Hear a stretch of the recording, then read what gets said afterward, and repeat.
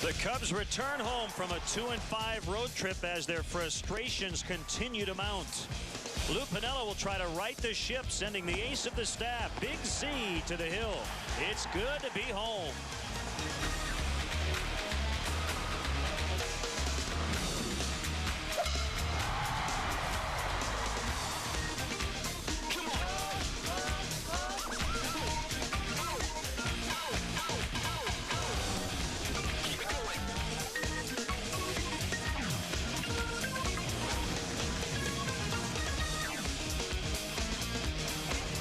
Cubs are back home for a huge week as they try to stay close to the division-leading Milwaukee Brewers. They're a game-and-a-half out. Starting play tonight, and from inside beautiful Wrigley Field, we're set for Cubs baseball on Comcast Sportsnet. First of 7 on the homestand. The Cincinnati Reds are in for 3. Hi again, everyone. Alongside Bob Brenly, I'm Len Casper, and you look at the schedules this year for Milwaukee and the Cubs, they really have matched up, and everybody talks about how when the Cubs have won, Milwaukee has won, and vice versa, and I think that's because they play the same schedule. Exactly a mirror image of the schedule, with the exception of a fourth game in a couple of series, but you see the Brewers and the Cubs are going to be doing battle against the same teams, and it seems very simple. You'd like the teams to come in here to Chicago and be cold, and when they go to Milwaukee, get red hot. All right, the Cardinals are in Milwaukee. They'll be here for a 4-game series starting on Friday. More roster moves today, and the reason behind it, the Cubs are going to see a lot of left-handed pitching and hitting on the other side. Yeah, 4 left-handed relievers in that Reds bullpen. They've got at least 4 left-handed hitters in their lineup with Josh Hamilton, Scott Hatteberg, Ken Griffey Jr., and Adam Dunn. So to combat that, Carmen Pignatello called up from the minor leagues to replace Sean Gallagher, get a lefty in the bullpen, and Jake Fox, a right-handed hitter, to replace Eric Patterson. Just trying to balance out the ball club with an eye towards the opposition. Great pitching matchup tonight. Might be an offensive night because of the wind and the weather, but Aaron Harang and Carlos Zambrano usually pitch well, although high earned run averages against the opponent. Yeah, for both guys, a high earned run average this year. But for the Cubs, the first game of the homestand, you'd like to rebound from a tough road trip and a tough game section of games in the schedule. And Carlos is a guy you like on the mound if you need a big win. Well, Big Z is coming off his worst start in over 2 months, but he leads the National League with 14 wins. He's ready to go. We're ready to go. Cubs baseball is next. Cubs baseball on Comcast Sportsnet is brought to you in part by Chevy. Log on now to ChevyDriveChicago.com. Check us out today at ChevyDriveChicago.com. Walgreens, the pharmacy of the Chicago Cubs. Your local area Lexus dealer who invites you to test drive a Lexus today. Rico, how well do you print, copy, scan, fax? How well do you share? Blue Cross and Blue Shield of Illinois, shining through. Cadillac, Life, Liberty, and the Pursuit. And by Southwest Airlines. With more flights to more places than ever before, Southwest is taking low fares farther. Visit Southwest.com. Well, it's warm. It wasn't that hot when the day started, but it really has heated up. Wind blowing out a little bit, not doing a whole lot to the flags in center at the moment. And we're set for the Red Southwest starting lineup against Cubs ace Carlos Zambrano. Reds come in 5th, 11.5 back. Josh Hamilton just activated off the DL on Sunday. He had a wrist injury. Jeff Keppinger's at short. Ken Griffey Jr. with 590 home runs. Brandon Phillips having a terrific year. Adam Dunn in left. Scott Hatteberg's been hot. Javier Valentin is in. David Ross on the DL. Edwin Encarnacion's the third baseman, and Aaron Harang does the pitching. And let's take a look at the Cubs defensively, brought to you by Rico. Move your ideas forward with Rico dependability. Merton, Jones, and Ward across the outfield tonight. Aramis Ramirez back in the lineup at third base. Ryan Theriot at short. Mark DeRosa at second. Derek Lee over at first base. Jason Kettle behind the plate tonight for right-hander Carlos Zambrano. And hopefully Carlos has had a lot of fluids today. He's had some dehydration and cramping problems in starts past under similar conditions that we have here at Wrigley Field tonight. So hopefully Carlos is well hydrated and ready to go. The umpires, the crew chief is Randy Marsh, season number 26 for Mr. Marsh, born in Covington, Kentucky. So they loaded up with lefties, which is what opposing teams try to do against Big Z. And a first pitch strike on Josh Hamilton. Pete McCannon, the interim manager, has done a nice job. The Reds have gone 19-16 under him since July 3rd. Best record in the division as Hamilton grounds out to Mark DeRosa. And you talk about the righty-lefty thing. You saw the numbers there for Zambrano against left-handers. Are hitting .277 with 9 home runs in 289 at-bats. Right-handers hitting .167 with 11 home runs in almost 300 at-bats. So a huge disparity there. 90 points higher for left-handed hitters. First pitch strike at the knees on Jeff Keppinger. The Reds' everyday shortstop Alex Gonzalez is back home in Cincinnati with his 10-month-old son Johan, who's been ill for quite some time. Gonzalez has already been on the bereavement list twice, so the Reds are going to play short a man at least for tonight. 2 strikes on Keppinger. The next pitch by Zambrano. There's a slider. DeRosa can't get it, and Keppinger is aboard with a bloop single to right. And I want to say this right off the top, Bob. Our deepest condolences to Cliff Floyd, his mom Olivia, and the entire Floyd family. Cliff lost his father Cornelius on Sunday after a long battle with kidney and heart problems, and our heart goes out to the entire Floyd family. Cliff is, by the way, on the bereavement list. You have to remain on that list for a minimum of 3 days, a maximum of 7. So here's Ken Griffey Jr. 10 home runs away from 600. And he takes a strike on a sinker at 91.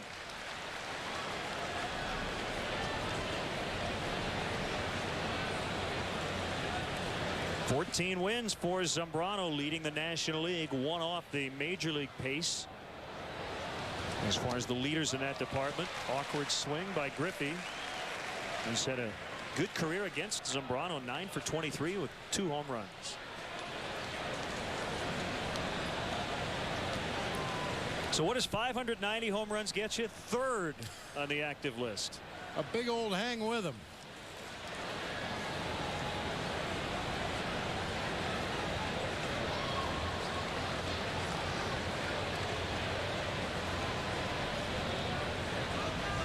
Slide step 0-2 pitch, fouled away to the left. A few cameras popping in the ballpark with future Hall of Famer at the plate.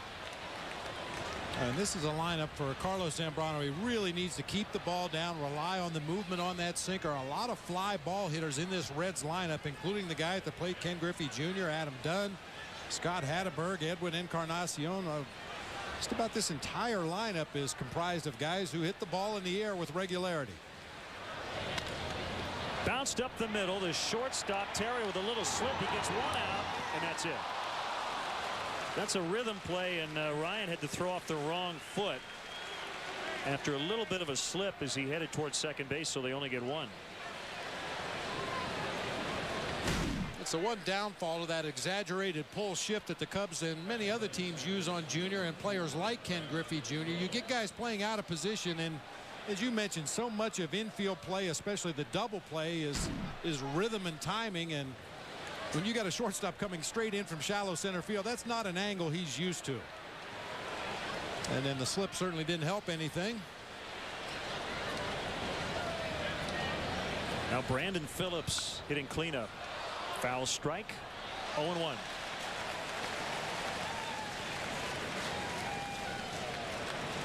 Phillips 3 for 16 with a home run against Zambrano.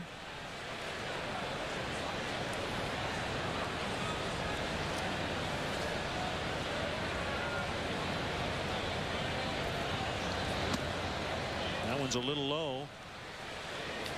It's a first non-strike. 10 pitches to start it, all in the zone. That's a good sign early. You'd like to see Carlos escape this inning here without throwing too many more pitches, because it is such a muggy night. Every pitch you throw early in the ball game figures to take its toll, especially for a guy who's had a history of heat-related illnesses out there on the mound.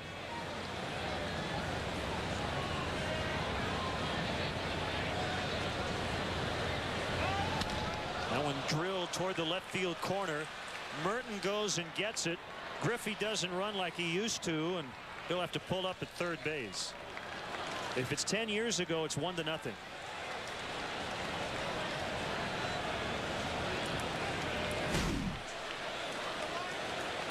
Sinker that just doesn't get in there far enough. Brandon Phillips able to get the head of the bat on and hooked it toward that left field corner. Yeah, you really mentioned it, Len. About 10 years ago, Junior would have been streaking around those bases. The legs just don't quite work the way they used to. Well, you could usually count on 15 to 20 steals from Ken Griffey Jr. every year. Career high was 24 for Lou Piniella in 1999, but hasn't had more than 6 since.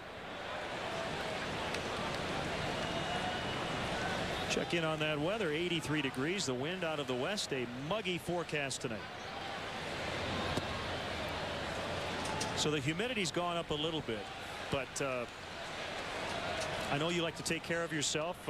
You had to moisturize a lot with the low humidity in Denver, but if you missed it today, if you were just running around and weren't able to do that, I think you're going to be okay. The natural moisture in the air will take care of your skin. Moisture doesn't seem to be a problem if you're outside in Chicago right now. My teeth are sweating tonight. Adam Dunn third in the league in home runs with 30. Griffey has 27. He's fifth. 154 home runs for the Reds, second in the league. Just by comparison, the Cubs have hit 92. And Adam Dunn has taken Zambrano deep 6 times in his 11 career hits. Pitcher strike. Now it's 3-1. If you walk Dunn, Hatteberg's going to make you throw a strike. Yeah, and Hatteberg, very much a contact hitter, a guy that rarely strikes out, will force you to throw a lot of pitches. Normally, maybe a little more aggressive with the bases loaded, but usually will work a deep count. Swing and a miss. 3-2. Power against power that time. Back-to-back cut fastballs on that inside part of the plate. One for a called strike and one for a swinging strike. Carlos goes right back in there again. Fans happy to see the Cubs are back home. Big stretch here. 17 of 23 at Wrigley Field. There's ball 4. And they're loaded.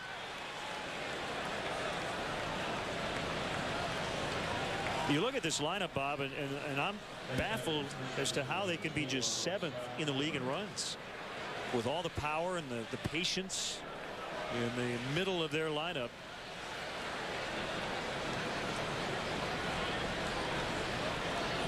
So they're loaded for Scott Hatteberg.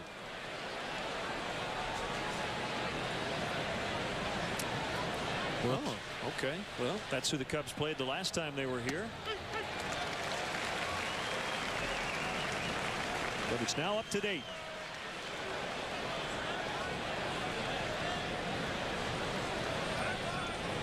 One strike on Scott Hatteberg.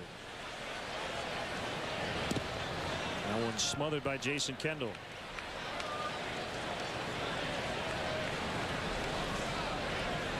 Well, he missed the strike zone, but that's exactly where you want to throw that changeup in that count. 0-1, you're hoping to get Hatteberg to chase a bad pitch. Yeah, we talked about his great eye for the zone, but when he's behind in the count, that's when you're most likely to get him to chase a bad pitch. Fly ball shallow left. Matt Merton is underneath, and the Reds leave him loaded.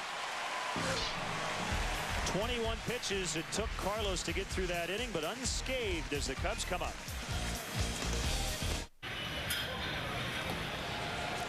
Now the Cubs Southwest starting lineup coming in at 60 and 57, a game and a half back of Milwaukee in the division. Terrio, Jones, Lee at the top. Aramis Ramirez back in the lineup. Good to see. Darrell Ward his first start off the DL. DeRosa, Merton, Kendall, and then Carlos Zambrano with 2 home runs already. Take a look at the Reds defensively. Dunn, Hamilton, and Griffey across the outfield. Encarnacion, Keppinger, Phillips, and Hatteberg across the infield. Javier Valentin doing the catching tonight, and probably for the foreseeable future for the Reds. David Ross went on the disabled list. Valentin will be catching right-hander Aaron Harang. Strike one. You'll probably hear that a lot if he's on his game. He doesn't walk a whole lot. You see 41 walks, 146 strikeouts.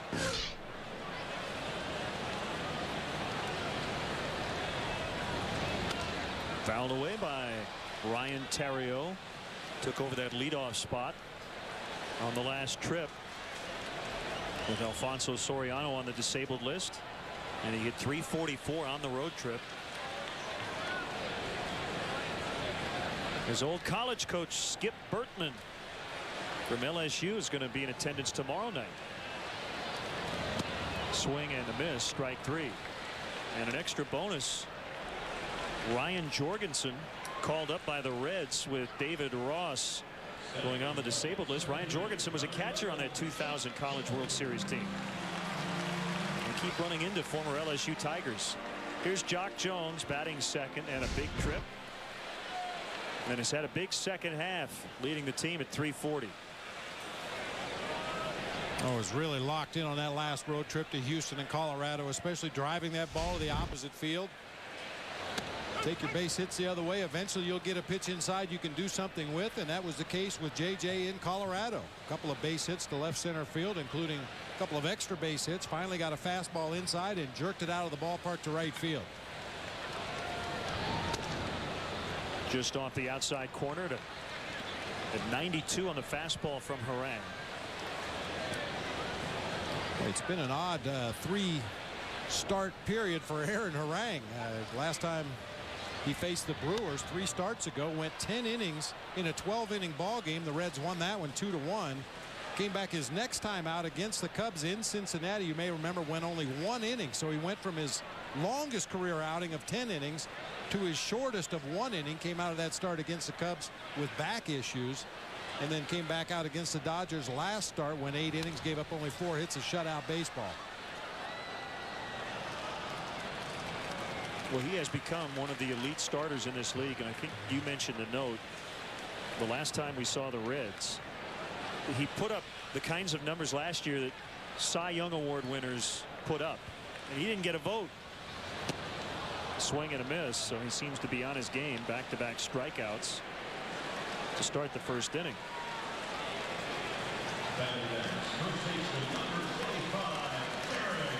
They led the National League last year in strikeouts and complete games, tied for the lead in starts and wins. And the only pitcher in the 50-year history of the Cy Young Award to lead his league in both wins and strikeouts and not win it. Derek Lee bats with nobody on, 2 down, had a rough trip. Hit just 148. He did take 6 walks. But needed that off day yesterday, and Lou Piniella said he and Gerald Perry watched some videotape, noticed something mechanically with Derek's hips, so he took some extra BP today.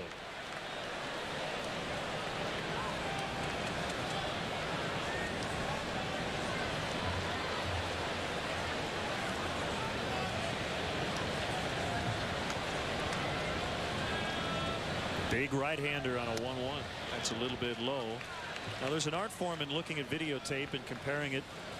I guess as a hitting coach, you pretty intimately get to know what a guy looks like in the batter's box because you see it every single day, right? So if there's some little slight adjustment, pretty easy for a hitting coach to spot, even though people like me have no idea what's going on.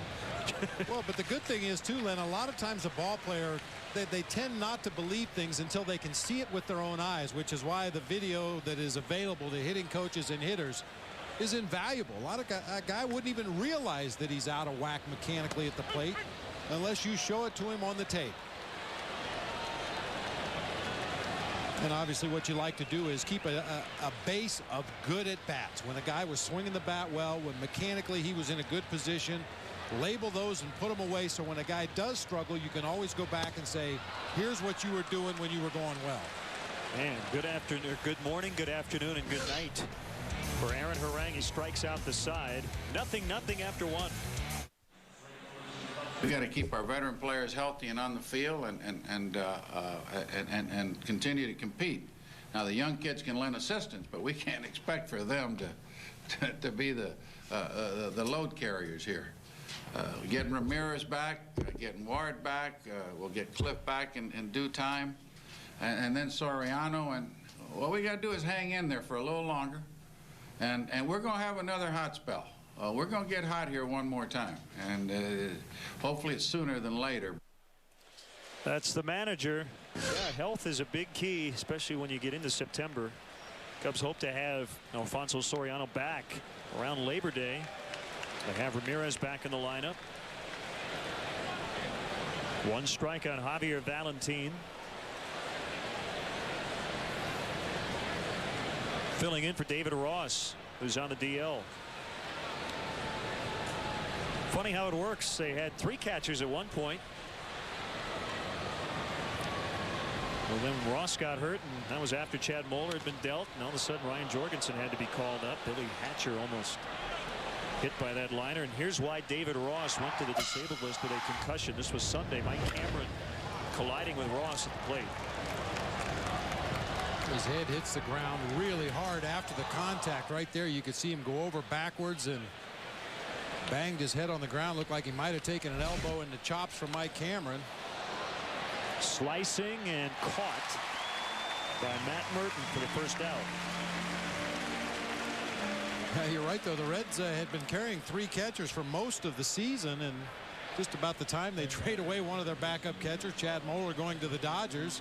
David Ross goes down. Now Javier Valentin figures to do the bulk of the catching, and he's not really known for his defense. He's an offensive catcher, a guy that swings a bat pretty well. That's deep to right, but Darrell Ward will have plenty of room on the run.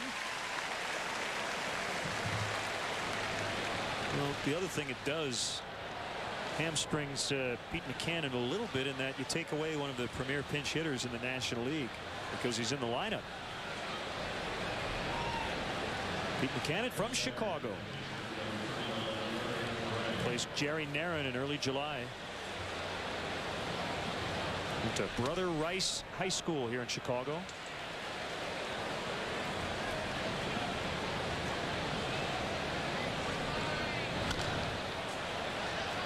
Nice play by Ramirez. Lots of time to get Aaron Harang. Ranging far to his left, a 7-pitch second for Zambrano. Nicely done. Cubs coming up, no score. Cubs baseball is brought to you in part by Aflac. Ask about it at work. And by Nissan, who invites you to shift the way you move through the world. Ramos Ramirez, as you mentioned, ranging far to his left. Full extension here. That ball caught up in the very tip of the webbing. Throws on the move and plenty of time to get Harang over at first base. Now comes the interesting part of the ball game. Ramos Ramirez coming back from that right wrist injury. Has had some time off. Got an injection a few days ago. And talking to Mark O'Neill, it's just because of that violent swing that he takes. There's really no way to throttle back. That's just the way Ramos goes after the ball when he finds one in the zone that he wants to swing at. Fortunately, it's on his right wrist. If there's an upside, it's on the right wrist. The real problem is when you check swing and you have a left wrist injury for a right-handed hitter. That's the one that really taxes. But the right wrist, the check swing shouldn't be a problem. If anything, maybe a swing and a miss might bother Ramos a little bit. So what you need is a lot of good tape, a good tape job, and good contact at the plate. And tolerance for a little pain. I'm sure he's not 100%, but well enough to get back in the lineup. Actually missing 6 games, but the first game he missed was just getting a night, and then it was the next night when the wrist flared up. So sat out 5 games after that happened. 1 ball, no strikes on him. Cubs struck out all 3 times in the first inning. So contact here, but a lazy one-hopper to Brandon Phillips.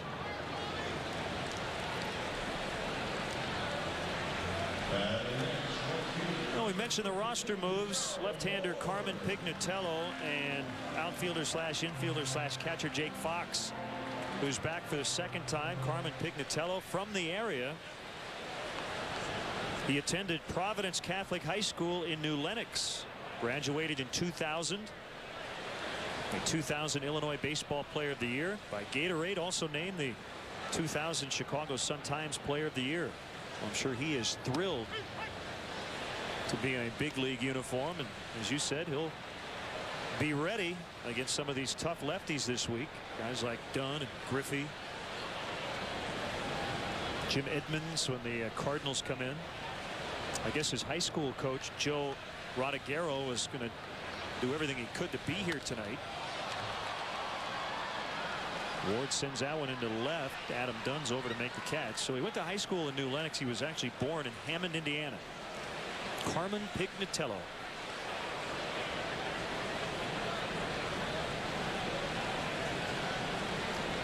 Another left-handed bat for the Cardinals that Pignatello will hopefully neutralize. Rick Ankiel.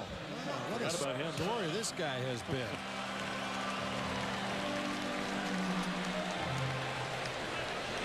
Now Mark DeRosa trying to become the first base runner for the Cubs. 5 straight sent down by Harang. We're getting underway a little late in Milwaukee. The Cardinals and the Brewers tonight, as the Brewers honor the 1982 American League champion team. The 25th anniversary. Brewers lost in the World Series that year to the Cardinals in 7 games.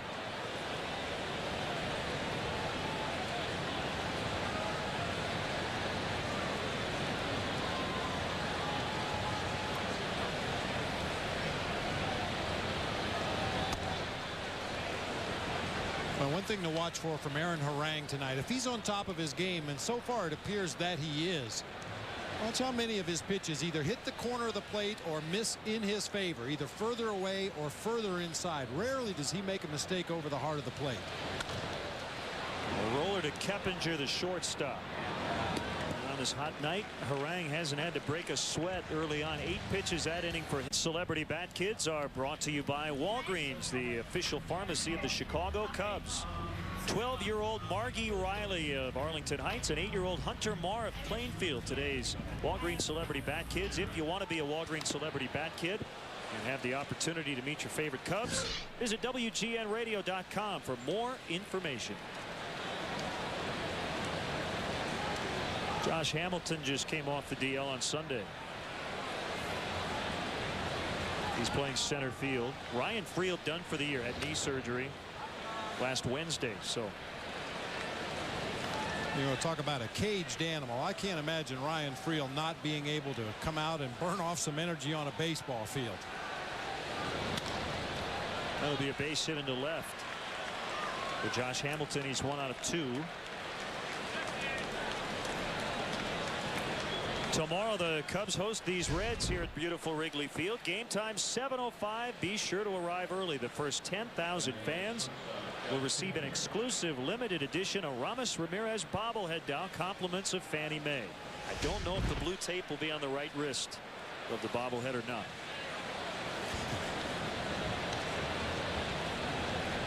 That's why they invented Sharpies. You can always customize your bobblehead dolls.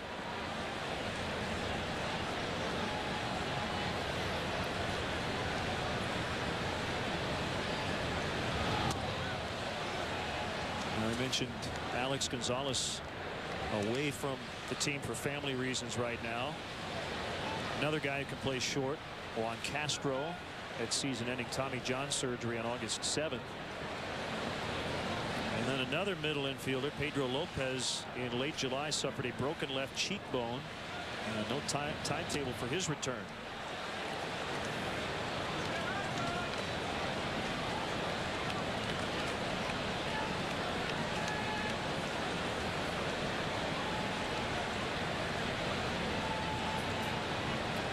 Cubs are just 4-5 against the Reds this year. 1-2 here, 3-3 Great American Ballpark. Called strike on the inside part of the plate. 2-1.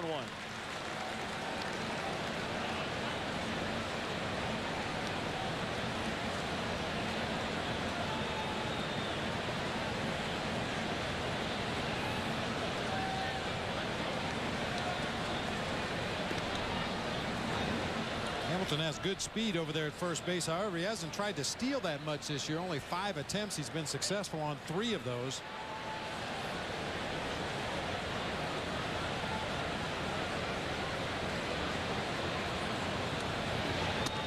Inside, 3-1. Well, if he is going to run, you figure it would be on this pitch. The 3-1 pitch is a count a lot of managers like to start that run, or if they have faith that the batter is either going to put a strike in play or take a pitch that's out of the zone for ball 4.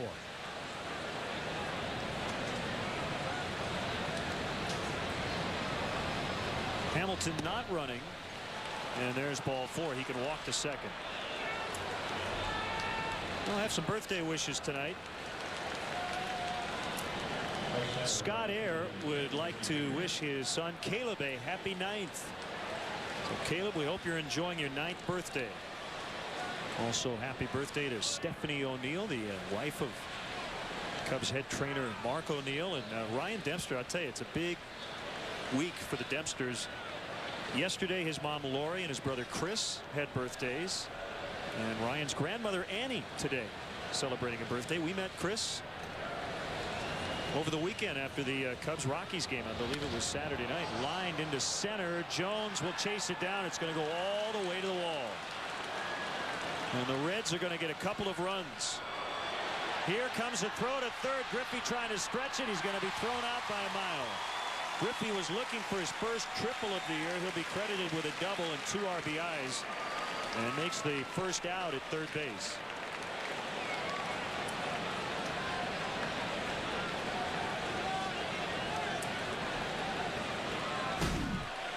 Junior must have heard us talking about his lack of speed. Tried to show us there by legging out his first triple of the season. Probably an ill-advised attempt. Ball rolls all the way to the vines. That's going to clear the bases easily with Hamilton and Keppinger's speed. And DeRosa looked up and saw Junior about 5 or 6 steps around second base. Took his time to make sure to make a good throw to Aramis Ramirez in the air where he could handle it, and an easy out at third base.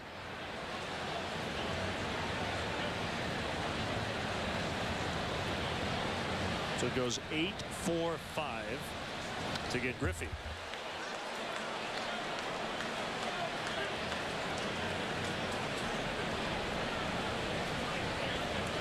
And we talk about the exaggerated infield shift because Junior mostly hits the ball on the ground to the right side of the infield, but Jock Jones was shading him into left center field.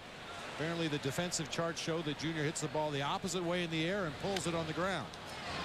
High bouncer. Ramirez can't get it, and another slip by Ryan Theriot, this time in the grass. The earlier slip was in the dirt near second base. It'll be a hit for Phillips. He's 2 for 2.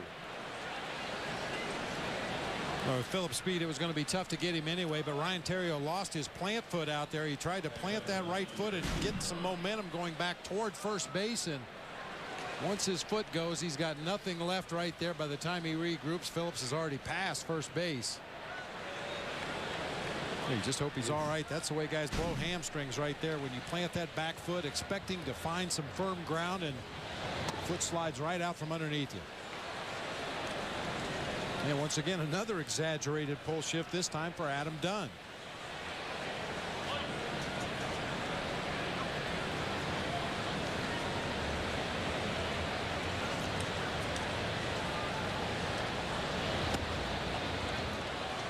Well, the Cubs need to keep in mind that Brandon Phillips back on August 1st with a very heads-up play. He stole 2 bases on 1 play. Watch this.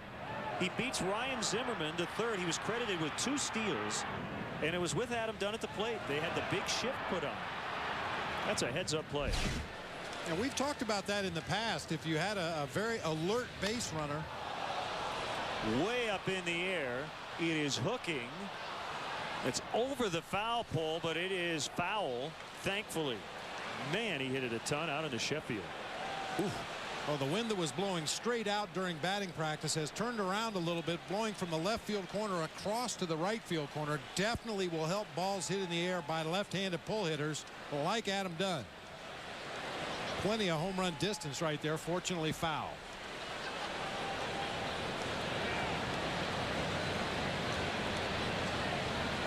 2-1 pitch. Now it's 3-1 on Dunn. Here's the LoJack caught stealing report. LoJack, the only stolen vehicle recovery system operated by the police. I should note that the Reds were down 7-0 when Phillips stole 2 in 1 play, and he would be stranded at third in that inning. Popped up. Zambrano's over with Kendall. It'll be the catcher to haul it in, but I think Carlos would have caught it if Kendall were not there. Good hustle by the pitcher and the catcher to get over there. Ramirez was pulled way over towards short, so he didn't have a chance. Another downfall to that exaggerated shift. Those little pop-ups to the left side. Fortunately, Kendall able to get there, and as you mentioned, Big Z was right there to make the play if Kendall could not get to it in time.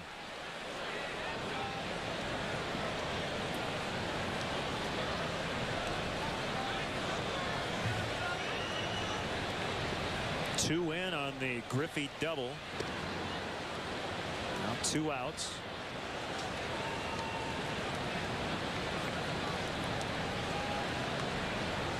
And even though the Cubs are trailing, let's hope, as you said, that play at third base becomes big later. Griffey could have been at second with nobody out, but tried to stretch it into a triple and was gunned down. This is how good Carlos is. Brandon Phillips went back toward first base as Zambrano delivered the ball to the plate. How many guys will do that against a righty? Very few. I don't know that I've seen it very often at all. Sometimes if a right-hander has a reputation for having extremely quick feet on his pickoff attempts to first, occasionally you'll get that runner going back to the bag, but we've seen Phillips do it on a couple of different pitches from Zambrano. Tapper sending DeRosa in. He'll shovel it over to Derek Lee for the final out. 3 hits, 2 runs on the double by Griffey. It's 2-0 Reds. Voting for the finalists in the ultimate 7th inning stretch competition is going on now. Visit Cubs.com and help determine who you think should sing the 7th inning stretch at the Cubs game on September 22nd. New videos are being posted daily. Check out this one. This guy actually didn't make it. 1, 2, 3 strikes, you're out at the old ball game. Each day will produce a new finalist. We're just glad he waited till he was in full bloom to audition. I don't want to see that outfit if the leaves aren't green.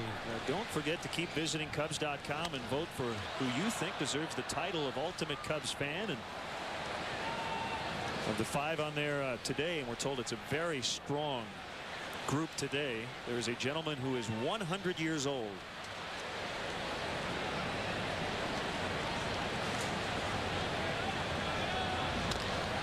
Bounce foul past third by Merton. Somebody must have canceled tonight. They asked me to sing.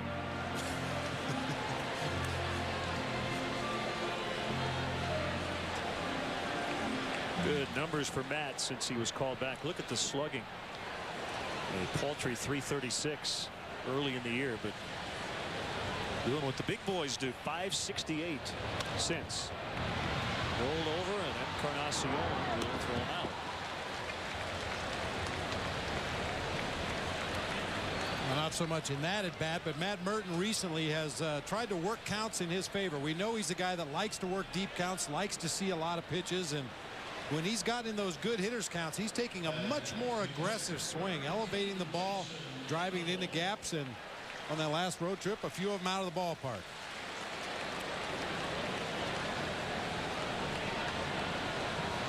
Jason hit 409 on the just completed trip.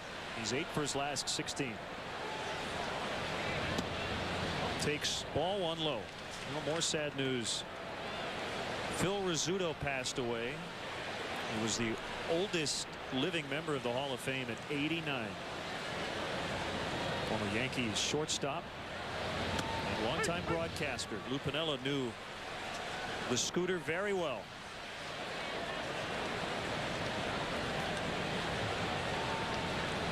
He was on some pretty good teams. Oh, yeah. And he was a big part of those good teams. The reason they were good. 40s and 50s.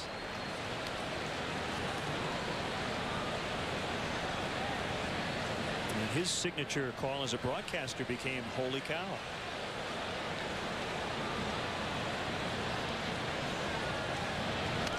And on the hands and fouled back. Well, wasn't the Scooter on that Meatloaf song? Yeah, you're right. Paradise by the Dashboard Lights. Yeah, you're right. So he's a rock god too.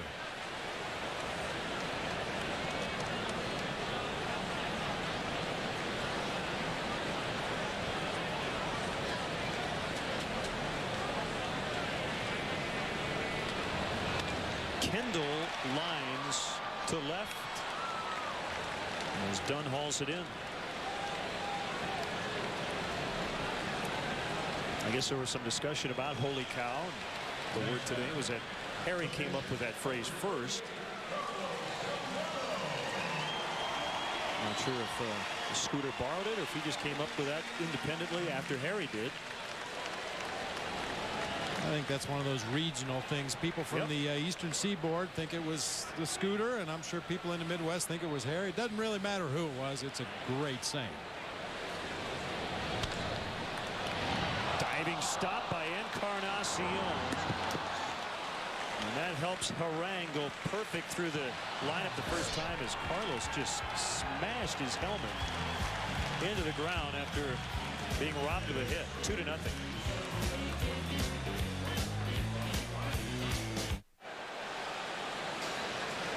Well, on this date in 1919, the Cubs wasted no time splitting a doubleheader with the Dodgers, winning 2-0 and losing 1-0.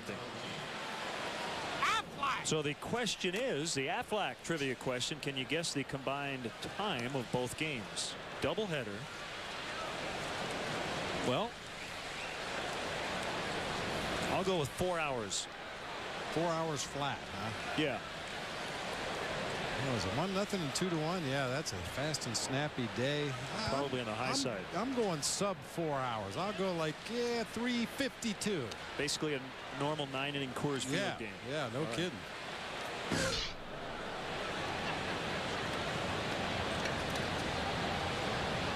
Here's Javier Valentin. And he quickly singles into right.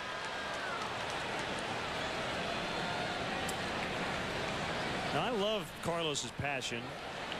It's a part of him, and it's really what makes him be as great as he is. But I get a little worried about stuff like this.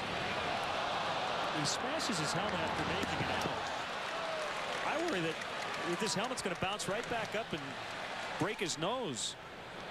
I mean, that was done with a lot of anger. Yeah, I know you say that in all seriousness and half in jest, but I've seen it happen before. There's an art to throwing a temper tantrum and throwing equipment and not getting hurt. Oof. So you've had it happen? Well, unfortunately, yes. Once I hit myself in the shin, had a cut that required a couple of stitches. When I threw a helmet off the ground, it came up and hit me in the leg. Another time I had a bat very nearly hit me right between the eyes. Took it back to the back to the dugout rather. We had these big PVC tubes in the wall to put the bats in, lay them on their sides, and I fired the bat in the tube and it came right back out at me like it was fired out of a gun. Got to be careful. And I'm the first one to admit that it's a double standard. If I see a position player do it, I feel much differently than I do about a starting pitcher. And maybe that's the problem. Is Carlos views himself as a baseball player, and he snaps like the best hitters can snap. But when you see your starting pitcher do stuff like that, you get very worried that he's going to hurt himself. You know, breaking the bat over his knee. That will be in the center past a diving DeRosa, and the Reds have the first two on. But I think Carlos is a lot like Jason Marquis in the sense that he doesn't just think he's a pitcher. He's a baseball player. But how many pitchers have you seen break bats over their own knee? I've never seen it other than Carlos doing it.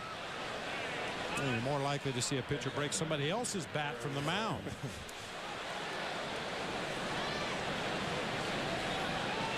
It just really expends a lot of energy. I think that's the biggest concern for Larry and for Lou. Hey, you appreciate that kind of passion for the game and the desire to be the best you can be in all facets of the game. But for Carlos, it's a full-time job because he expects a lot of himself on the mound as a pitcher, and he also expects a lot of himself as a hitter and a fielder.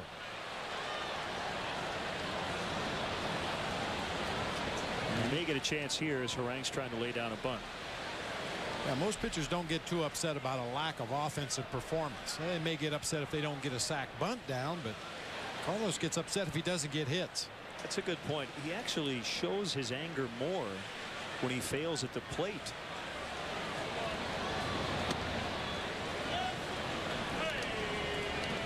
Now the Cubs right now defensively playing what you would call the straight up defense with runners at first and second, an apparent sacrifice situation. Ramirez is just going to read the bunt.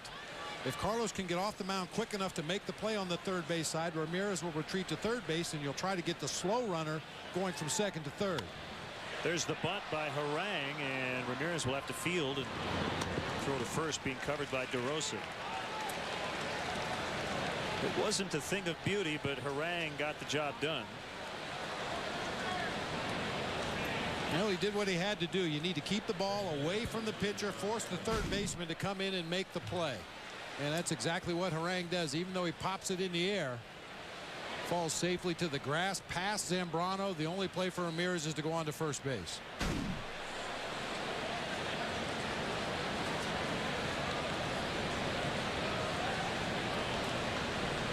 So the corner men are in. They're back up the middle. Second and third with one out. Busted bat grounder. That'll get a run in. Hamilton thrown out by DeRosa. Valentin scores. Encarnacion now at third with 2 outs. Now it's 3-0 Cincinnati. Boy, this bat just explodes in the hands of Josh Hamilton. Slow ground ball to second base. Encarnacion, or rather Valentin, off on contact. He'll score easily. Cubs conceding that run to get the out. Now the top of this Reds order has done a lot of damage here early on. There's some more damage. Keppinger's 2 for 2. 4-zip. Can't give up much more, especially with how Harang has started his night. He has been perfect through 3. Milwaukee scoring early, 3 in the first. Fielder and Jenkins with home runs.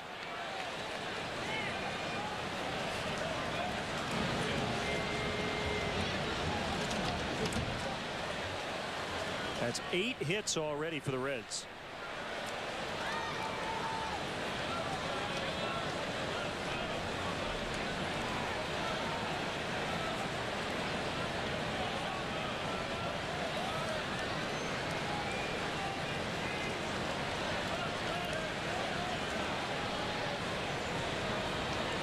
Runner at first, Griffey at the plate. The pitch. Ball 1.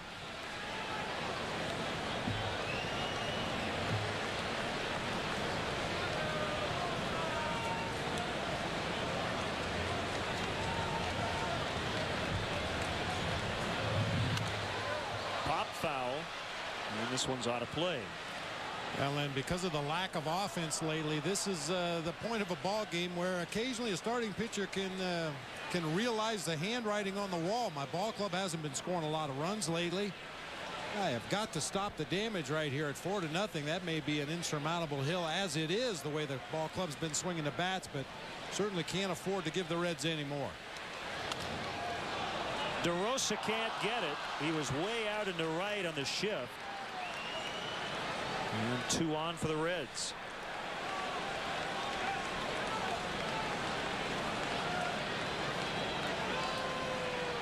And then Larry Rothschild coming out.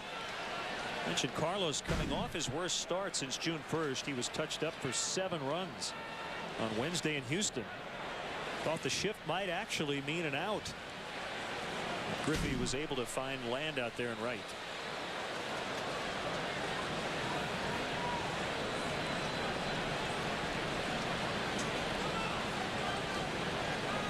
Cubs being out hit 9-0. And a lot more early count swinging than I thought we would see from the Reds in this series, or especially in this ball game. Certainly the Reds are well aware of Carlos Zambrano's past problems with cramps out there on nights like this. I thought they would work some deep counts, force him to throw a lot of pitches, but they've been fairly aggressive early in the count. Slider strike on Brandon Phillips. Already with 2 hits. Cubs haven't even gotten to the order the second time against Harang.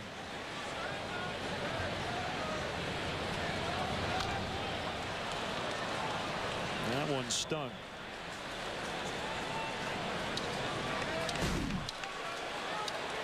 Look, I got him on the instep. Oh, actually up on the ankle of that left foot. A little bit of a delayed reaction there by Phillips. And I got news for you. It's not going to go away anytime soon.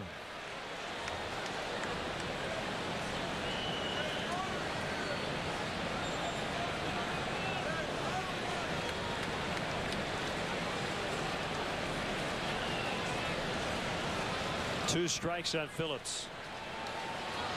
Griffey's running. He's trying to get caught up between first and second. Keppinger still hanging, and the tag is applied on Griffey. Looked like that was designed to try to get Keppinger in from third. Either that or, again, as you said, Junior was listening to us earlier. It's 4-0 Reds. Well, I'm curious just how long or how short it was. Cubs wasting no time. They split a doubleheader with the Dodgers in 1919 on this date. Only 3 runs combined. So the Aflac Trivia answer tonight. The combined time of both games of that doubleheader. No television timeouts, anything like that. No long breaks. 2:17. Wow. And if you have one 9-inning game now that goes 2:17, it's amazing.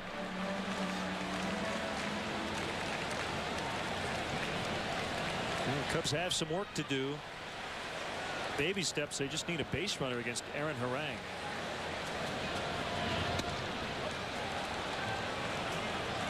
Now Griffey got caught up between first and second, Bob, and Keppinger never did try to get at least in a rundown between third and home. Was that a mistake?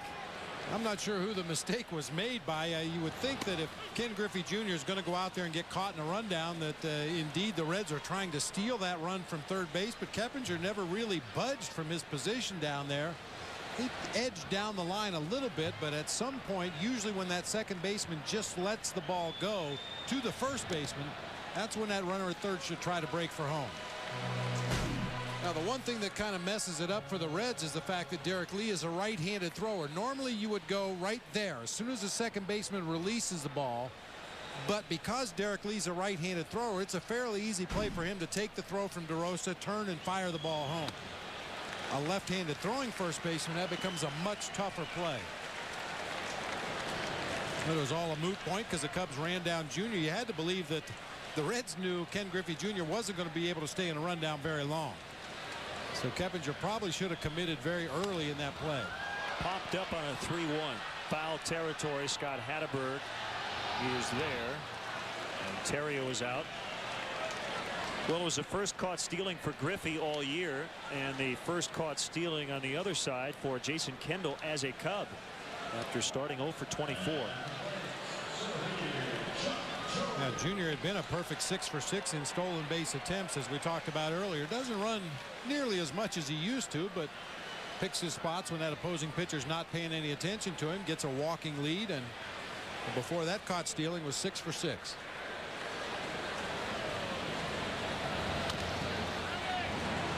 Easy play for Phillips.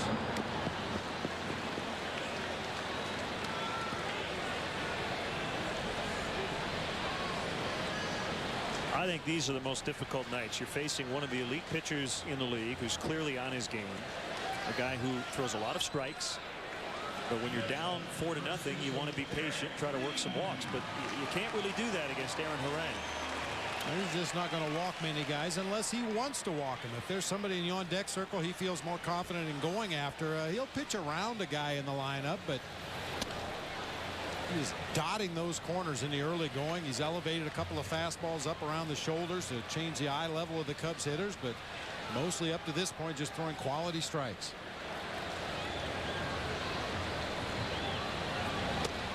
Low and away, so we just talked about his impeccable command, and he's 2-0 on Derek Lee. Another birthday wish tonight. Happy 13th to Daniel Riggs from Munster, Indiana, enjoying the ball game here from Wrigley Field.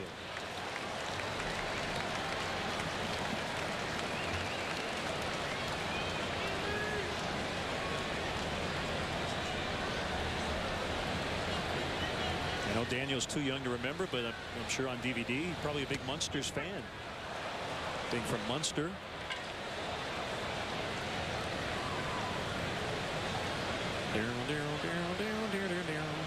Isn't that the song? Don't recall that. I know Herman was the dad. Yes. That's deep right center for Derek Lee. Out toward the basket. Just over the basket. 4-1. First base runner for the Cubs, and he'll circle them all. Fourth career homer against Harang. Number 13 on the year for Lee.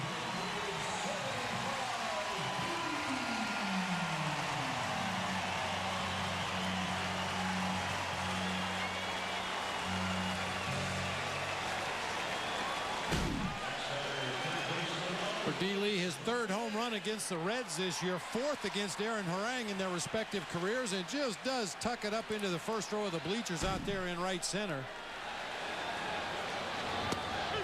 We mentioned earlier, not a lot of wind blowing here tonight, but what wind there is would appear to help fly balls hit the right center and right field.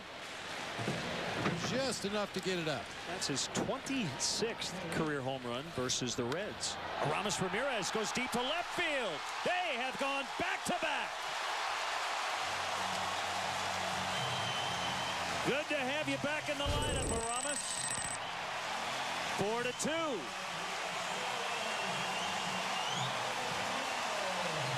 Number 22 in his career against the Reds. So in a matter of 3 pitches, the perfect game gone, and the Cubs with 2 home runs.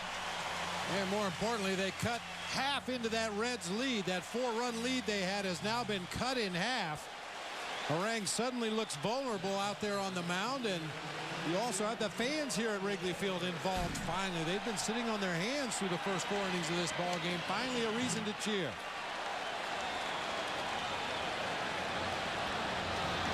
Darrell Ward hits it hard. Nice play by Keppinger. Check on Ramirez, but in the case of Lee, the 26 career homers against the Reds, the most versus any opponent. So the Cubs back in it. It's 4-2 as the Cubs with consecutive big flies. One to right center, the other one to left. Lee and Ramirez, 4-2.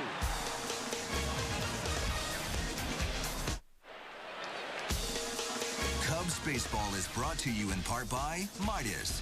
Visit Midas for brakes, expert auto maintenance, and tires. And by the all-new full-size 2007 Toyota Tundra.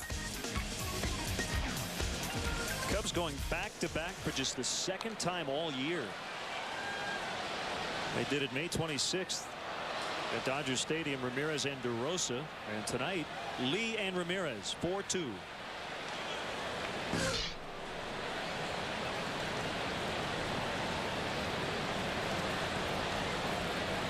Not the most home runs for Ramirez against any opponent. Number 22. He's hit 23 versus Houston and Milwaukee.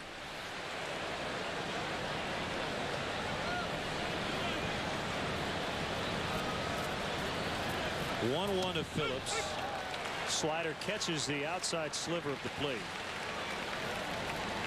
We talked about it earlier, Len. The fact that Aramis Ramirez was out of the lineup for 6 straight days in the 2 cities that the Cubs traveled to were ballparks you'd love to have your right-handed pull hitters in the lineup.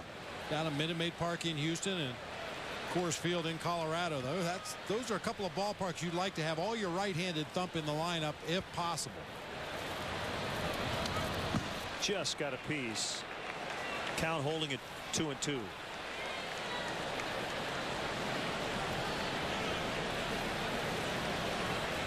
Zambrano is still searching for his first strikeout.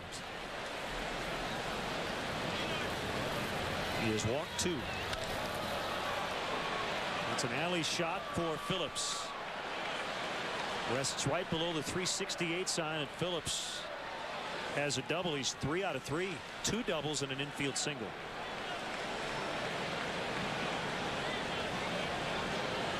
Well, through the early going, we were talking about how Harang always missed in his favor. Zambrano tries to go inside. That ball cuts out over the heart of the plate, and Phillips makes him pay. I think most starting pitchers will tell you that's a big difference when you have the kind of command where you can either throw the pitch you want to or miss in your favor, as opposed to throwing the pitch you want to and missing in the hitter's favor. Way up in the air off the bat of Adam Dunn. That'll keep Phillips at second as Jock Jones gathers it in.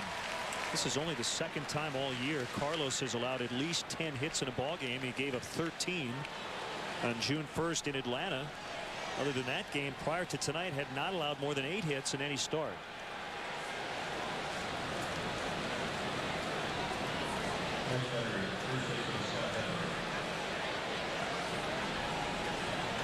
And I have the note here.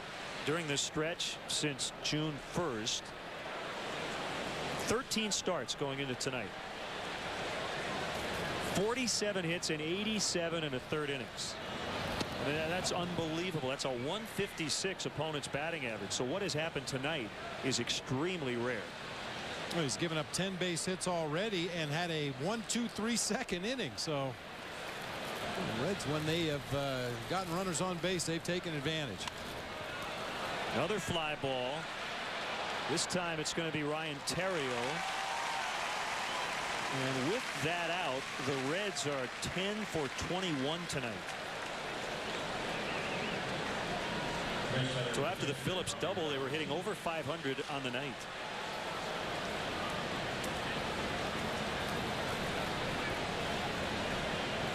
Dueling Cub claws.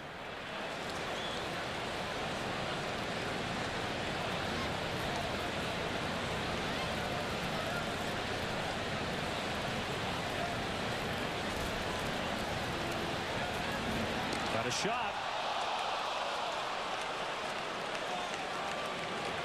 That was actually a case of Carlos being too quick out there on the mound. Ryan Theriot started to break in behind Brandon Phillips at second. Carlos spins and throws before Theriot has a chance to get there. He has to take the pickoff throw on the run and try to apply a tag as he's moving away from the play. You could clearly see from that angle he didn't get the glove down there in front of the base to even fake a tag.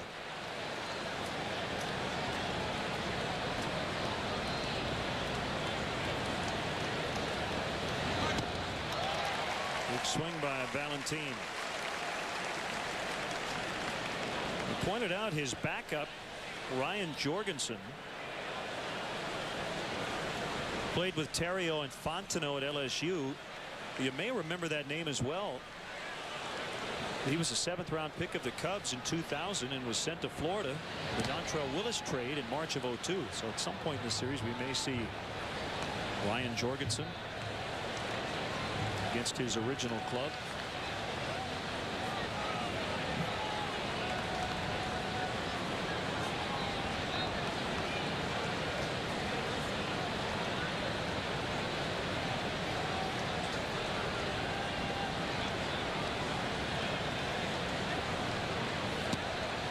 Two balls and a strike.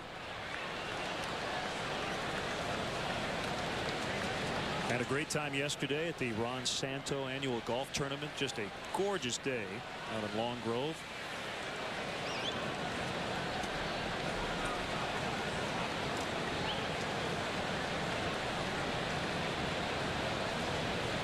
Ron says usually bring in about $150,000 for juvenile diabetes research. Royal Melbourne Golf Club, and I hit a few straight, believe it or not. That's good to hear. Yeah, it was a great turnout. Not only the proceeds from the golf tournament, but any tips they get over there in the piano bar will go to JDRF research. The 3-1 pitch into center and a base hit. Phillips coming around, and he is going to score. Play at second base. Valentin is out. Thought he was just going to get in, but he tried to kind of go around the tag of Theriot. So they do get the third out, but the run counts. It's now 5-2 Cincinnati. Time now for a GMC Sports Update. Hello again, everyone. Mark Shanowski here in our Comcast Sportsnet studio. We'll get you back out to the ballpark in just a moment. But first, a quick check on the Brewers-Cardinals game at Miller Park. And so far, the news is not good. Milwaukee gets first-inning home runs from Prince Fielder and Jeff Jenkins. They lead Kip Wells and the Cardinals 3-0. They're now playing in the top of the third inning in Milwaukee. Now let's rejoin Len and Bob at Wrigley Field. Mark, thanks. It's great to be home. The Cubs are going to get comfortable here. 17 of their next 23 will be in the friendly confines. A less than sharp Carlos Zambrano tonight. And I guess the good news lately is that the Cubs finally got to Aaron Harang. Well, they finally broke through against Aaron Harang, but really Carlos needs to stop the bleeding right now. The Cubs need to make some better defensive choices. Fortunately, it ended up and out at second base when Valentin tried to advance, but Jock Jones overthrew the cutoff man on that play when they had no play at the plate. I think we're starting to see some signs of guys trying to do a little bit too much. It's been a little bit of a struggle offensively, and everybody just trying to do a little bit too much. So it's now 5-2. And DeRosa fouls off. Cubs being out hit 11-2. looked like all Valentine had to do was just slide in. He missed it. He was a little bit too far right. That was a weird play. Kind of tricked himself. A straight in slide at second base, and he's probably in there safely, no problem, but chose that turn invisible backdoor slide, and Ryan Theriot was able to apply the tag before he got his foot on the base.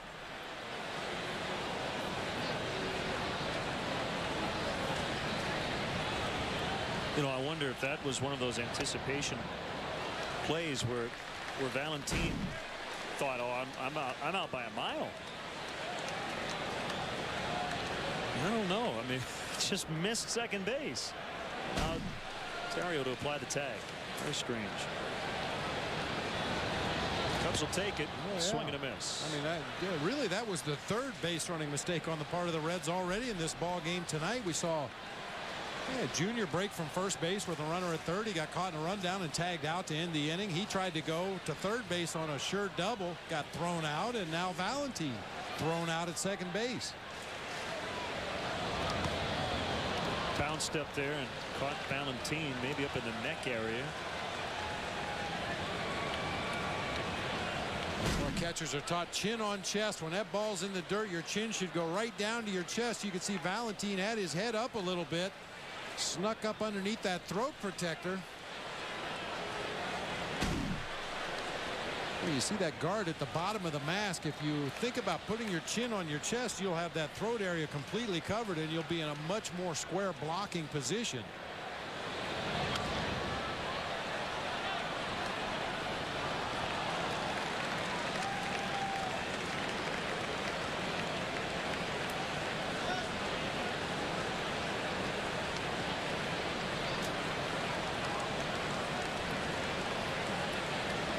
Three and two, the count on DeRosa. Swing and a miss, strike three. That's the first case since the first inning when Harang fanned all three. Honor your loved ones with an engraved brick on the sidewalks beneath the historic Wrigley Field marquee. Join thousands of others in the commemorative paver program and make your mark in the grounds of Wrigley Field. All orders come with a replica brick for your home or office. Space is limited, so order today. For complete details, visit Cubs.com or call 1-800-851-6846.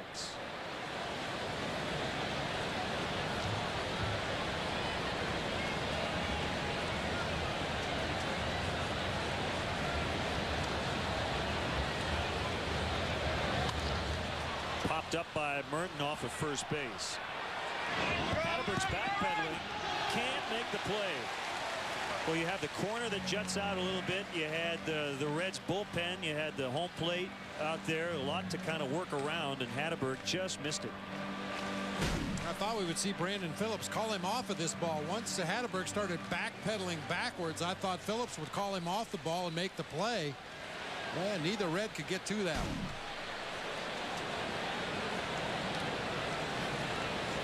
Seemed like it was a lot easier angle for Brandon Phillips coming from second base across rather than have Scott Hatterberg try to backpedal underneath that pop-up.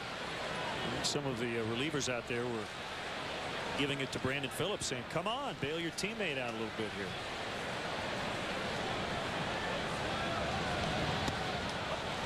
Two and one. And of course, you can laugh on defense until the guy actually gets on base. Well, especially for those pitchers. Then it's not funny anymore. Let's go. Be serious. That's my earned run. David Weathers, Mike Stanton.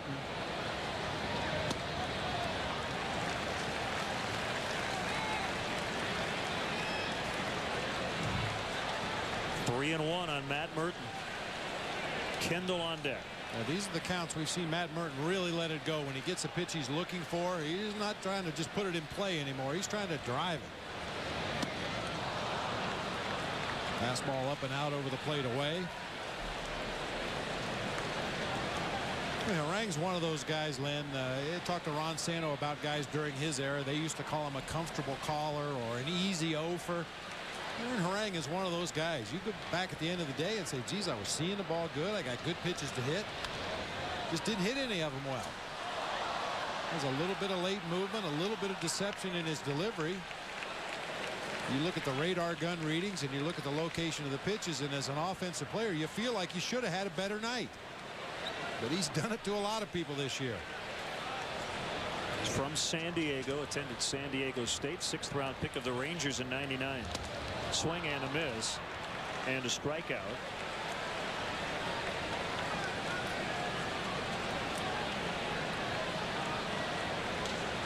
Hopefully you're following me here, but you mentioned Matt Merton really opening it up every once in a while. And I don't have any numbers on how often he swings and misses, but that's not so bad every once in a while, is it, for a guy who's trying to hit for more power? Power hitters are not going to cut down on their 2-strike swing, and we know how patient Matt can be.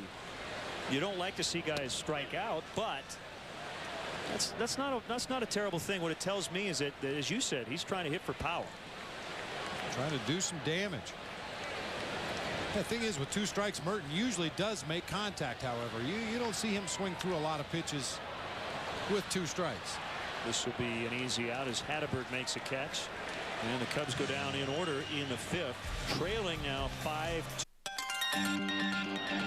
Hi there. Coming up tonight on Land Rover Sports Night, a fight breaks out at Bears camp. Lou Piniella updates the status of Alfonso Soriano, and Gary Barnett returns to Northwestern's practice field. It's all coming up after Cubs postgame live. Weeknights, don't miss Chicago Tribune Live on Comcast Sportsnet. Dan Jiggett's Tribune writers, sports stars, and celebrities discuss the day's hottest sports topics and set the table for the night ahead. Don't miss Chicago Tribune Live weeknights at 5:30 right here on Comcast Sportsnet, fans' best friend.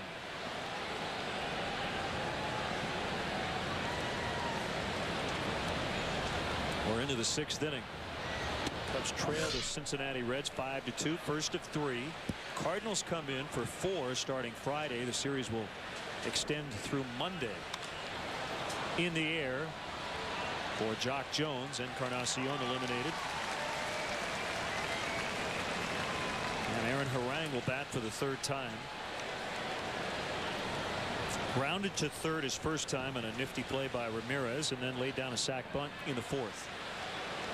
That's why it's always big to get that 8-hitter out when he's leading off an inning. It eliminates the option of having your pitcher put down the sac bunt. Aaron Harang up there to swing away this time.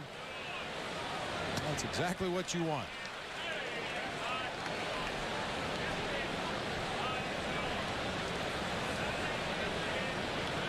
A wind in the 0-1. Low and outside.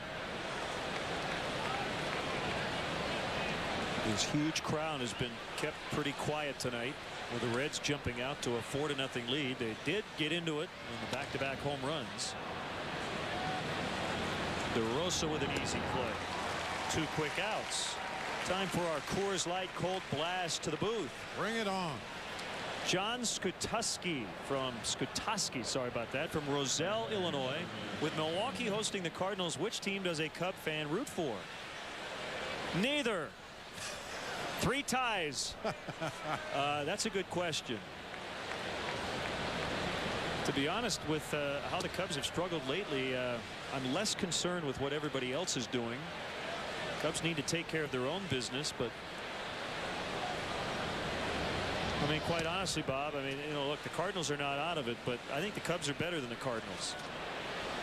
Well, ideally, those 2 teams play 3 extra inning games and beat up on each other and exhaust their pitching staffs and have to make a bunch of roster moves before the weekend.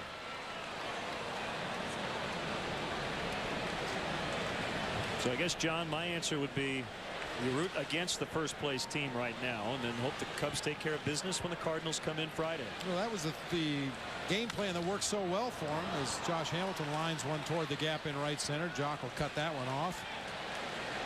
Yeah, the Cubs weren't really concerned with what the Brewers or the Cardinals or the Astros or the Reds or anybody else in baseball, for that matter. They just took care of their own business on a daily basis, taking care of the little details, doing the little things you need to do to win ball games.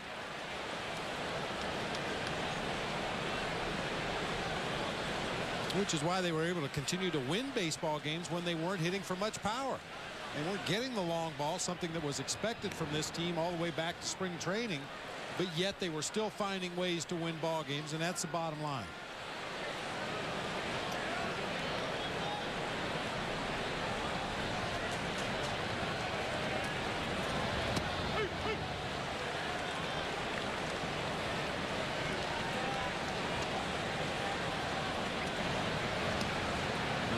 is up. Carmen Pignatello.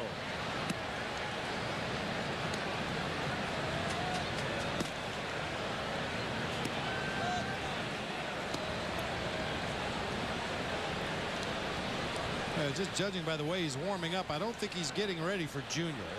At the pace he's going right now, I'm not sure if he could be ready for the next hitter, but certainly after Junior, you've got a right-handed hitting Brandon Phillips, and then back-to-back lefties. Actually, 3 lefties in a row down there at the bottom of the order. That's probably when we would see Pignatello if Carlos is not able to escape this jam. Has a fair ball behind third. Ramirez over, and they get the out to end the inning. Bottom 6th from Wrigley Field. Zambrano due up first.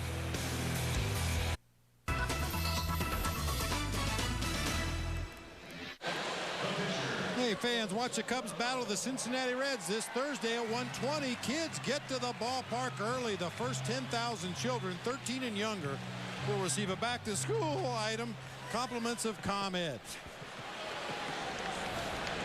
Frog in your throat? Well, I was thinking that'd be a nice back-to-school item. Frogs. I remember when I was a kid, guys used to bring various amphibious creatures to school and turn them loose. Not suggesting anything, but a frog might be a nice back-to-school item. Right. Big swing by Zambrano. 5-2 Reds.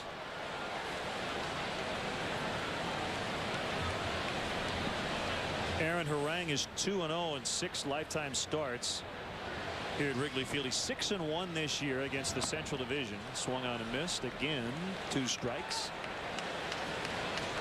6-2 versus the Cubs with 2 complete games in his career. Carlos is 9-7 versus the Reds. This is Carlos's 21st career start against Cincinnati, the most against any opponent, as he strikes out. What's he going to do with that bat?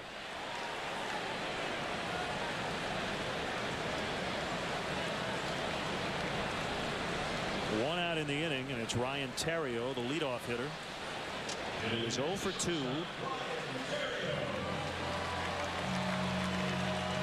Lineup tweaked a little bit tonight. Lou Piniella went with the same lineup all 4 games in Colorado. Cubs went 2-2 in that series.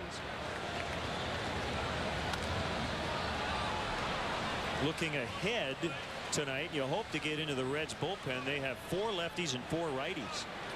A little more right-handed pop on the bench with Jake Fox back in the mix. He hit 3 home runs the other day in 1 game. Eric Patterson sent back to AAA along with Sean Gallagher. I'm sure we'll see one or both back here when the rosters expand on September 1st.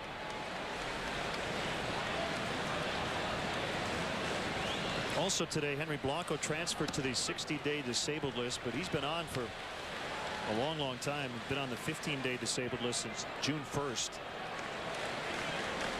Now what that does by transferring a guy from the 15-day DL to the 60-day DL, it clears a spot on the 40-man roster when you need to add a player. Swinging strike 3, so Harang has found his strikeout groove again. It's 4 over the last 2 innings, 7 on the night.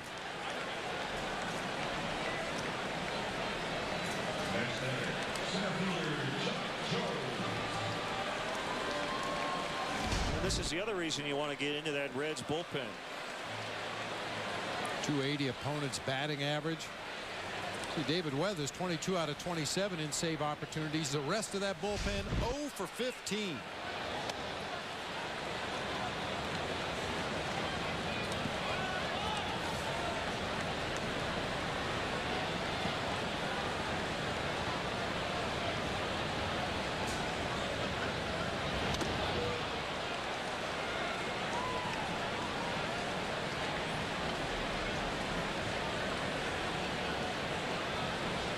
Well, if Jones can get on, Derek Lee will have a chance. He hit a home run in the 4th.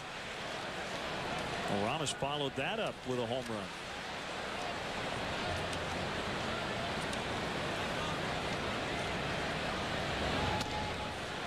Popped the fastball a little bit off the inside part of the plate.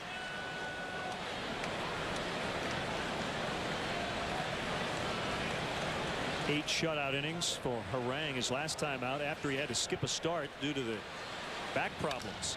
That one crushed by Jock Jones. How far will this one go? Hello, Sheffield. 5-3. A long blast by Jock. And the Cubs within 2 once again.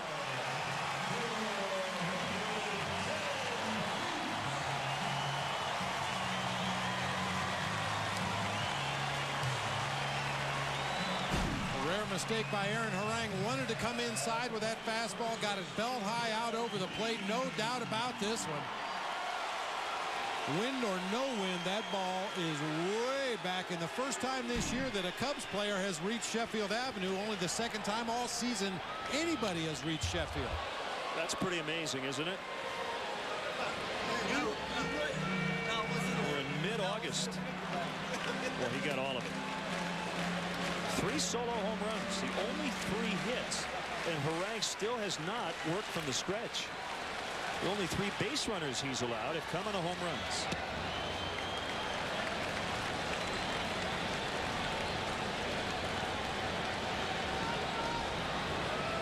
The other guy to hit one onto Sheffield was Barry Bonds of Ted Lilly. It was his 752nd home run. Hit hard on the ground, backhanded by Keppinger, who was set to throw, and the stretch by Hatterberg gets lead.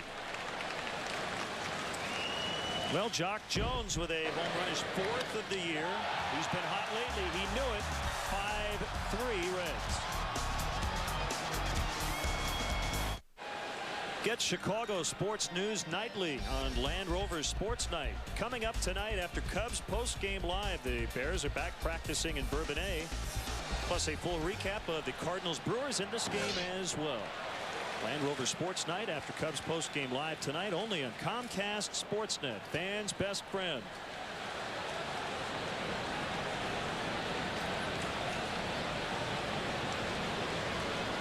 Zambrano needs to put on the brakes here in this Reds offense. They have 10 hits over their last 4 innings and 5 runs. Pitch count still okay. Pignatello is up again if needed. 2-1 on Griffey. So you're not going to help me tonight, huh?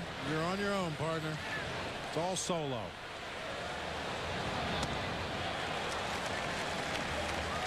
See, Van Halen got back together. David Lee Roth back in the mix.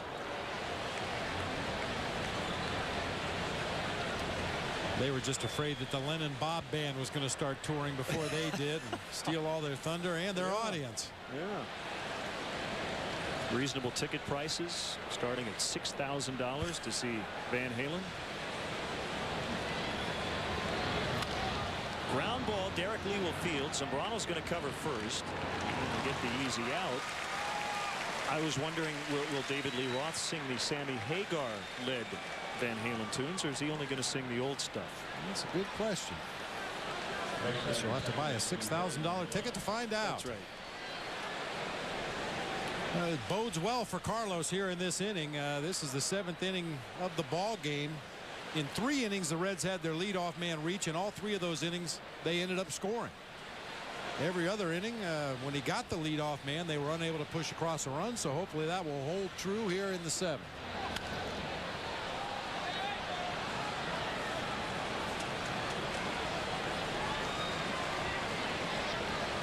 Phillips has an interesting swing, and we talked about it. It was a bit more exaggerated in a couple of swings in that series in Cincinnati. Kind of a bailout swing, even though he hit the ball the other way. 21 home runs already for Phillips.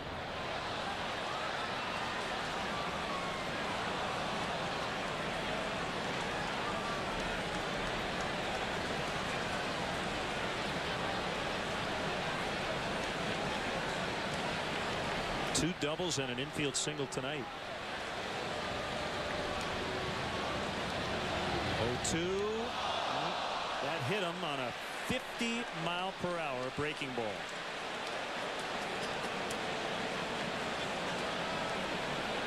Speaking of bailing out, he really had nowhere to go.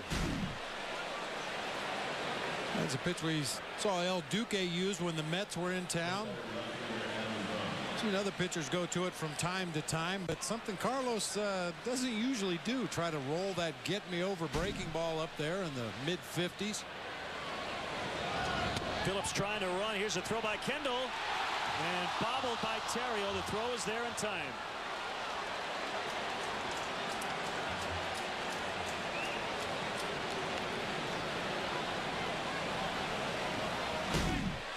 The throw definitely beat him to second base. Kendall gets rid of it quickly. A strong throw right over the bag.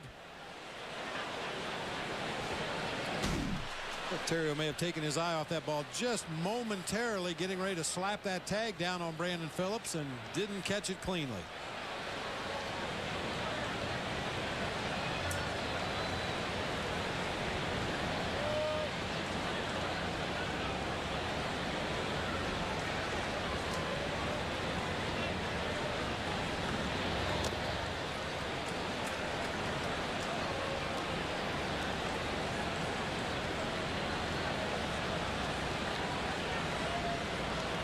Another runner in scoring position for the Reds. They've gone 3 for 7 with men in scoring position. The Cubs without an opportunity. With a runner on base, in fact. 3 runs coming on solo home runs. Down the middle, 3-1 on Dunn. He loves hitting in this ballpark.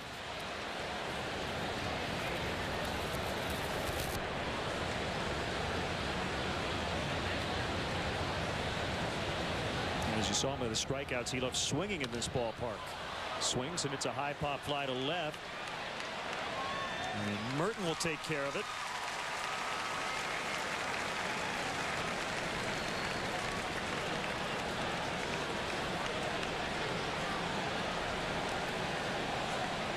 And the stage manager in the booth, Christine Charbonneau, is so excited about me singing tonight, she turned the lights on.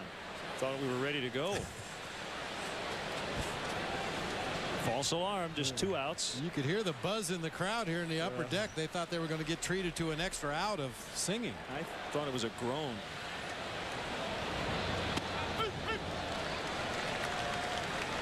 Well, I don't know if they told you the same thing they told me last year, but they said we want you to sing solo.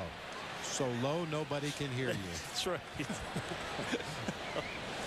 I'm actually going to lip sync. We have a very intricate recording system.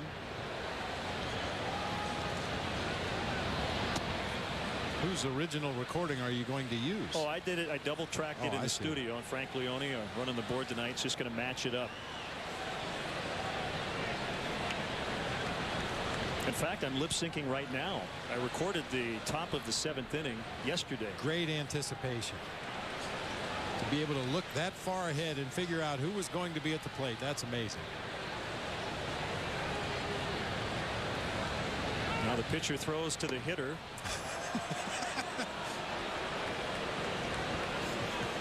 No pitch. There's a right-hander and a left-hander up for the Cubs. It's Carlos Marmol wanting Pignatello. Now 3-2 as the Cardinals with a couple of runs. That's going to drop down, and the Reds will get their 6th run. So Phillips is in. That hit batter coming back to haunt Zambrano.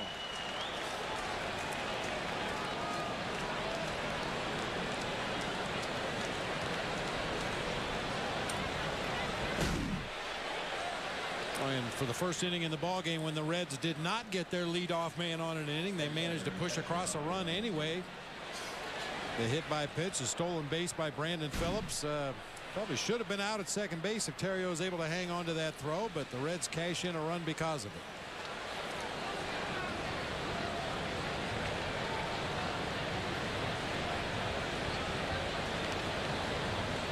And Carlos tying his season high, allowing 13 hits. I'm going to be a bit surprised if it's his career high as well. We're checking on it.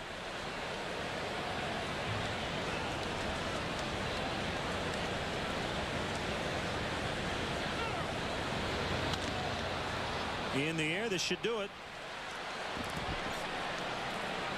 Jock Jones has it. Taking me out to the ball game is Chicago Cubs TV announcer Len Kasper. All right, Cub fans, it's not over yet. Let me hear you. A 1, a 2, a 3. Take me out to the ball game. Take me out with the crowd. Buy me some peanuts and cracker jam. I don't care if I never get back for it's root for the Cubbies. If they don't win, it's a shame. For it, you're out at the old ball game. Let's get some runs.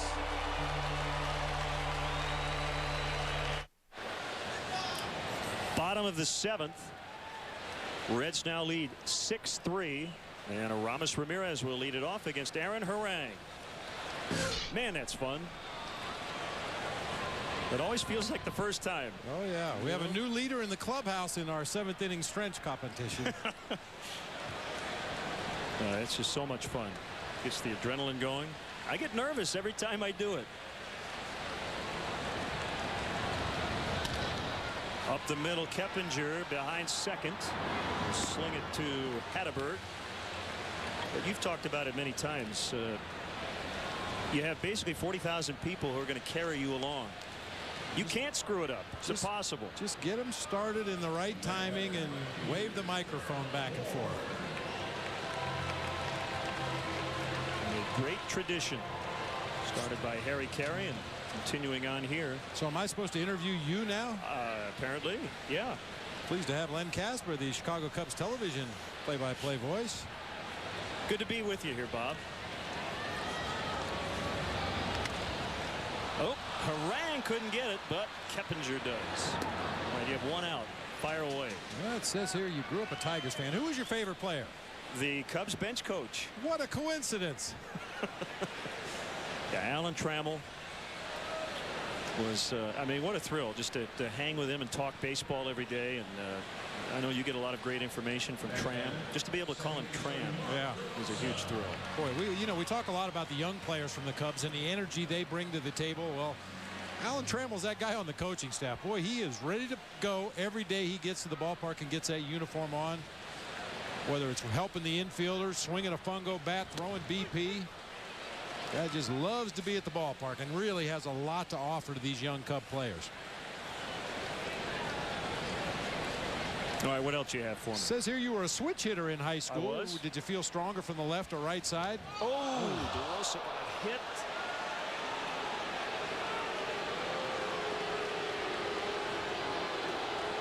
No, he's back up on his feet. That's good news. Now, I'm not sure if it caught him in the shoulder or not. I think so. Able to get his head out of the way. And fortunately, he's all right. Man. Let's see. Yeah, it looked like it did catch him on that left shoulder, deflected the ball away from the helmet area. You could see Harang react out there on the mound immediately. And the one thing that maybe raises a little bit of a question mark is Harang's command tonight has been pinpoint. I've talked about it repeatedly throughout the early part of the ball game. When he's missed the strike zone, he's missed in his favor. That time he missed all the way across the plate, up and in. Well, Phillips got hit, but it was with a breaking ball. Now Merton at the plate. I don't even remember when I started switch hitting, but obviously I hit left-handed a lot more because we didn't see very many lefties. I hit one home run left-handed, and that was it. I was a pretty average player, but I did hit left-handed and right-handed very rarely. What position did you play? I was a third baseman in high school. Pitched a little bit. A hot corner. Yeah, it was fun. My team, my junior year, went to the state semifinals in Michigan. And I tell you, this is as nervous as I've ever been playing any sport. We had a great comeback in the state semifinals, and we were down a run, and I was on deck when the final out was made. I was very nervous. I thought, oh, man. And if I had gotten to the plate, it probably would have been like first and second, 2 outs, but I never got that opportunity. Well, fortunate for the team you were playing against. That's I'm sure. right. Of course. You were going to make them pay. I will say this in all sincerity, and I wasn't a very good pitcher, but if I knew then what I know now just about change-ups and things, I would have been a completely different pitcher in high school. I would not have tried to mess around with curveballs and stuff. I would have gone with a fastball and a changeup. That's a great pitch for any young pitcher. That's a good point, Len. It's been nice having you in the booth. Stop by again sometime when you're in town. Thanks. All right. Nice to see you. Let's go back to baseball. Well, we say that all the time. That changeup is the most underrated pitch. Kicks away, and DeRosa will head to second base. That hit batter allowing that runner on. The first time Harang has worked from the stretch all night.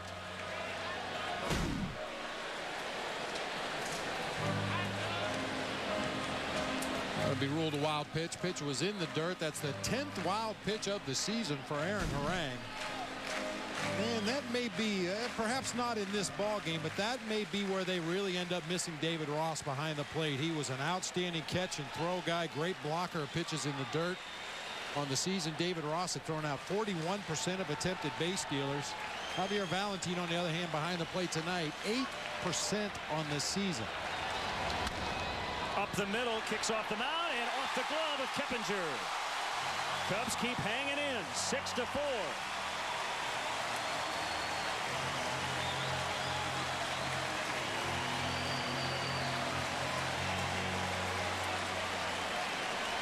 Well, the moral of this inning is don't hit anybody. Carlos Zambrano hit Brandon Phillips with the breaking ball. He later came around to score. Now Mark DeRosa gets hit in the shoulder. And he comes around to score after a wild pitch. Well, 2 outs in the inning. Mark DeRosa got a good jump off of second base. And will score easily. Foul pop by Kendall. 1 strike.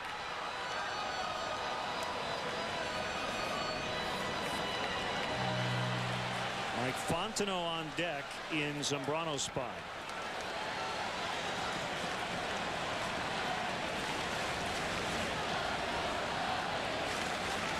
Crowd really into it. That 7th inning stretch singer really got him going. Oh, you can tell. You can just tell.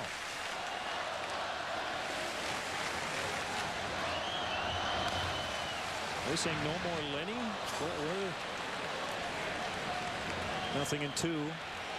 Just 4 hits for the Cubs, but 3 solo home runs and the RBI single by Merton.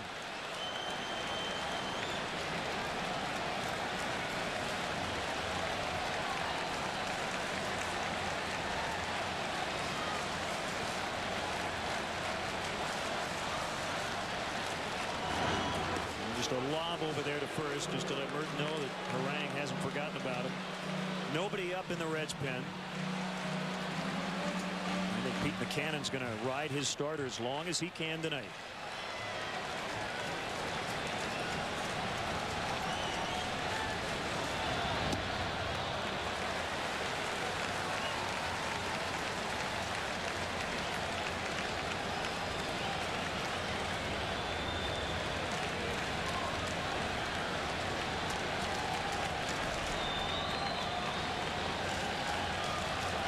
Decent lead by Merton.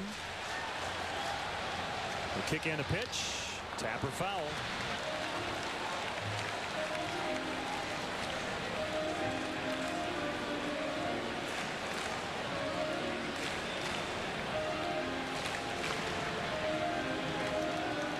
Marmol's ready and will likely pitch the 8th.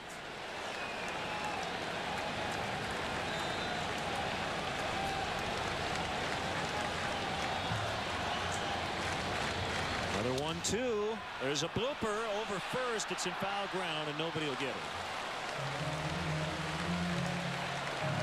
40,750 the paid crowd tonight.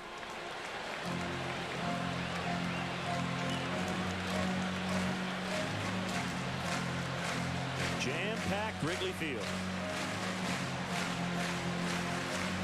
Slight delay as Kendall goes back to get another piece of wood. That one jammed in that little floater that was making a bid for a base hit behind first base, but just curved foul.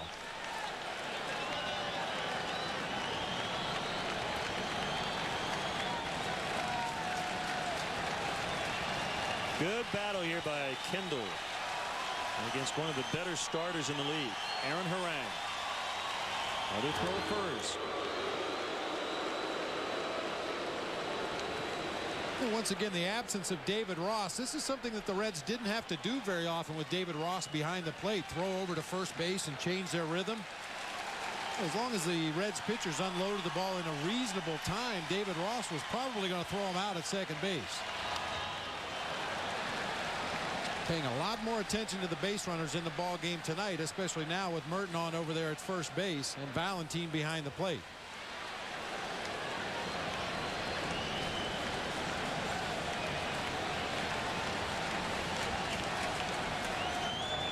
Tying run at the plate.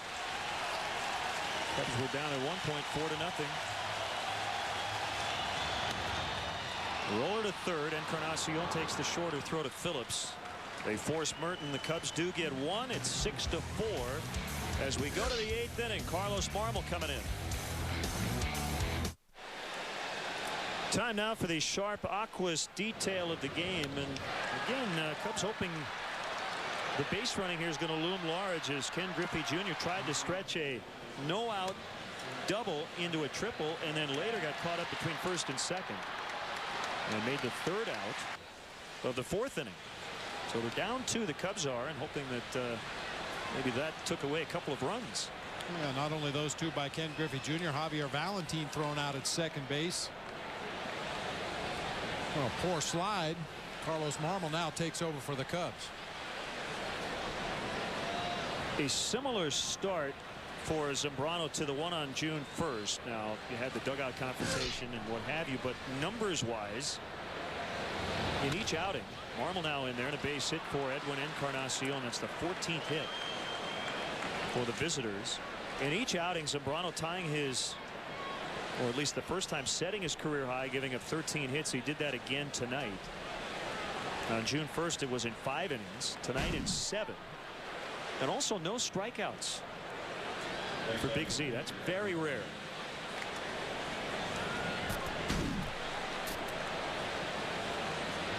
You would anticipate Harang up there to put down a sac bunt. With that in mind, Aramis Ramirez drawn way in at third base already.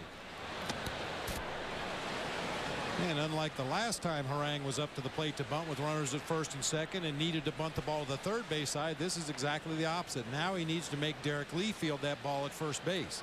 Lee holding on Encarnacion and gets a late break toward home plate.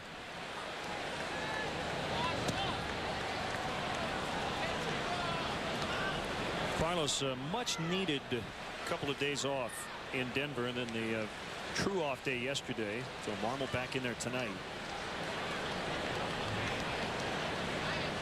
He will work at most 1 inning because his spot is due up leading off the bottom of the 8th.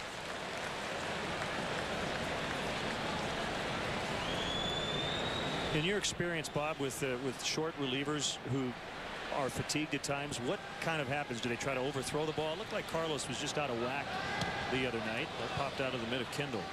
Yeah, I think it gets back to that syndrome you hear about a lot in spring training, the dead arm. It's not a pain thing. It's not an injury thing. It just feels like the pitcher has no resiliency in his arm. He can't generate the arm strength necessary to throw the ball the way he feels he needs to throw it. And it's just something that veterans will pitch through it. They'll pitch even with the dead arm syndrome. The younger players, I think you need to give a little more time off when they get to that point. Aaron Harang pulled it back. And the slug bunt, he just bounced it high over Ramirez. I mean, that's in the manual how to do that. They should put that video. Perfectly executed.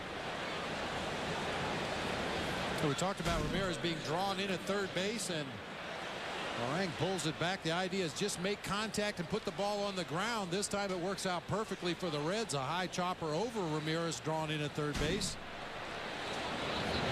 Rolling around to the top of the batting order. No sign of a bunt there from Josh Hamilton. He has not put down a sacrifice bunt yet this season.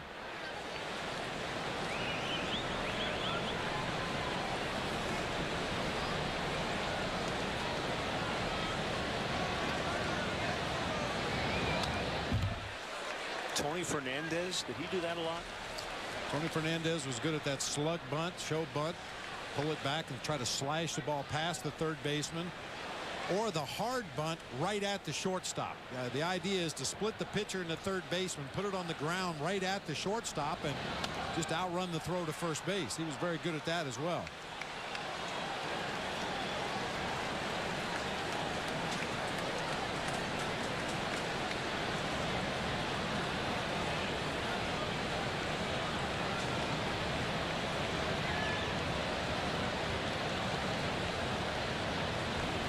Another big inning here. Cubs trying to keep the Reds right where they are. Nice barehanded play by former Cub Billy Hatcher.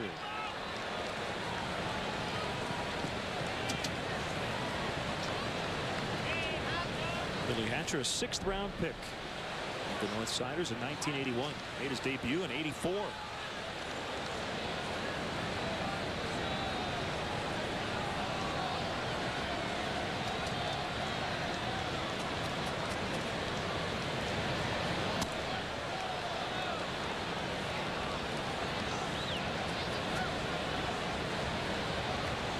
The Reds strike out a lot. 12th in the league in strikeouts.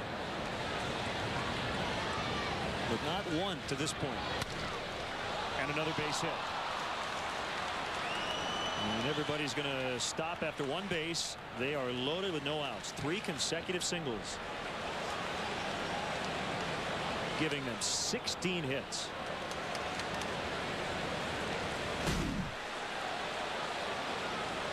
Long check on Encarnacion at second. Hamilton just goes with the pitch, gets it by a diving Ryan Theriot into left field. I'm kind of surprised Mark Berry held the runner at third base right there. Granted, there's nobody out in the inning, and we are coming up on the middle of the Reds order, but Matt Merton, a right-handed thrower, was moving to his left over toward the gap in left center, and that's usually when that third base coach will take a little bit of a chance. Always tougher for a right-handed thrower to get himself into a good position to throw that ball to home plate. The Reds have done it all night without the home run ball.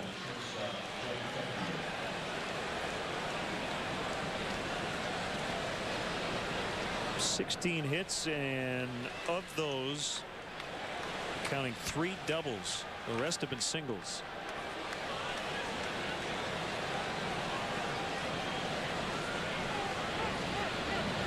Time called. Kendall asked for it and got it from Randy Marsh. Small sample size, but Keppinger's done well in this situation. Slider for a strike.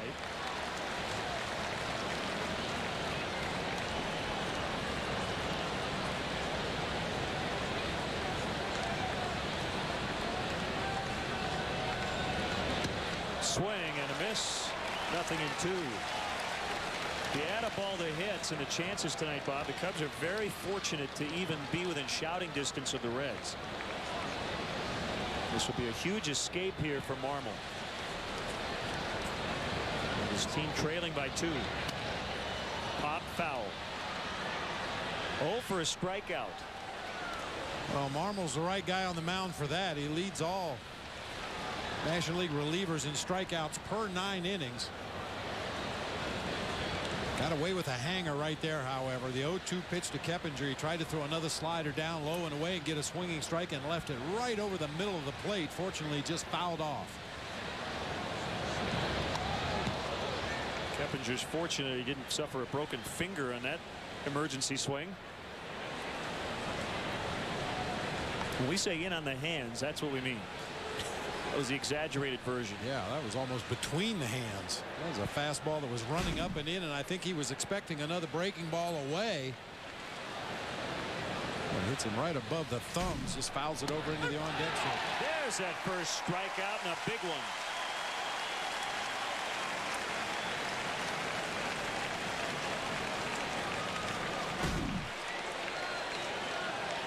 Boy, that is so huge. Sets up the possibility of an inning-ending double play off the bat of Ken Griffey Jr. He's grounded into 8 of them on the season. It doesn't look like Lou's going to go with Pignatello in what would be his major league debut, but I bet you they've at least talked about it. You have a future Hall of Famer at the plate. You have a lefty ready in the bullpen. So he's going to let Marmol go after Griffey. That's the right move.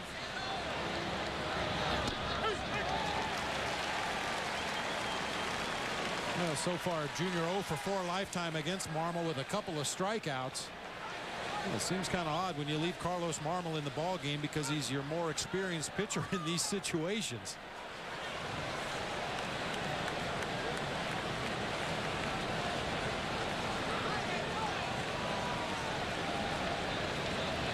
Kick in the 0-1 pitch. Has a chance now. 0-2. Hamilton with 3 hits. Keppinger's reached 3 times. Griffey 2 hits, 2 RBIs. Phillips on deck, 3 for 3. 2 doubles, 2 runs. And Marmol trying to keep the Cubs in the ballgame. Swing and a miss. 2 down.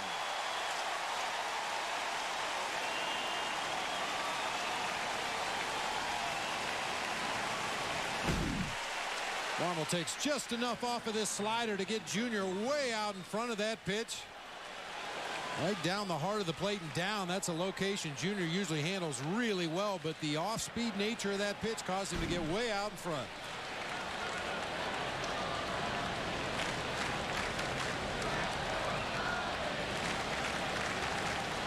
Now the red-hot Brandon Phillips. Perfect on the night. Bases loaded, 2 outs. High fly ball in the right. Darrell Ward with a beat on it. And Marmol gets out of it. 3 straight hits to start the inning, but they get nothing. 6-4. Time now for a Cadillac Sports Update. Mark Shanowski in our Comcast Sportsnet studio will get you back to Wrigley Field in just a moment. But first, we check out some other action in the National League. The Phillies playing the nation's capital, starting the night just 3 games behind the Mets in the East. And how about this? Pinch hitter Russell Branyan, a 2-run homer in the 8th inning. And the Phillies beat the Nationals 3-2. They're closing in on those Mets. Now, more Cubs baseball with Len and Bob. Guys? Thanks, Mark. And in Milwaukee, St. Louis with a couple to take the lead in the 5th, 4-3. St. Louis. Here it's 6-4 Reds, and what a job by Carlos Marmol pulling a Houdini. Bases loaded. Nobody out. 2, 3, and 4 coming up. He struck out Keppinger, Griffey, and then got Phillips on a flyout.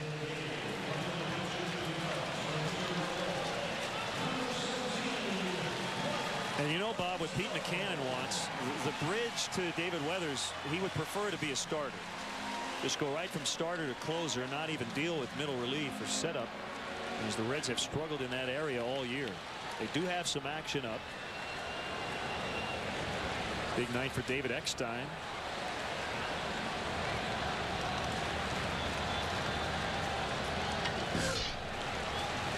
Mike Fontenot batting for Carlos Marmol. First pitch fastball strike.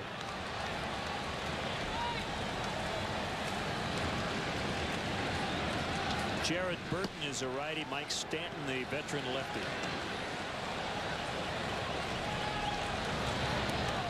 Bounced up there. Now 5-3. As the Cardinals have added another run.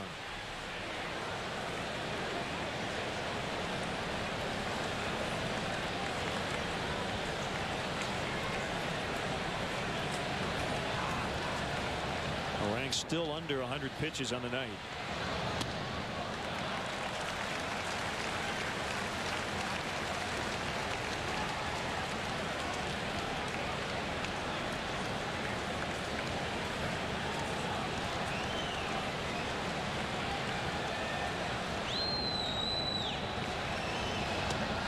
That's high. 3-1.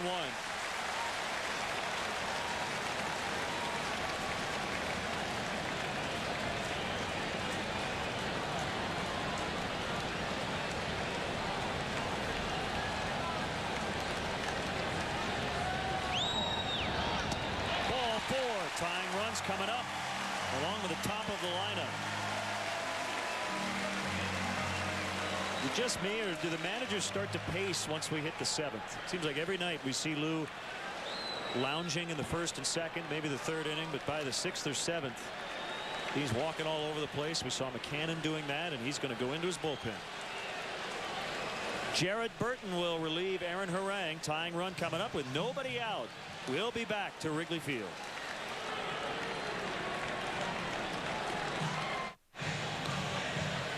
This Saturday is Empire Day at Wrigley Field. The Cubs battle the Cardinals at 2:55, and the first 10,000 will receive an Empire Today man bobblehead doll. Compliments of Empire Today. Empire Today is proud to be the official carpet of the Chicago Cubs.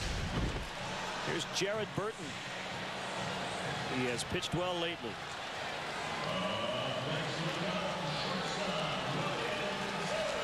First, Brian Terrio at the plate. Fontenot, the pinch hitter, walked to start the inning.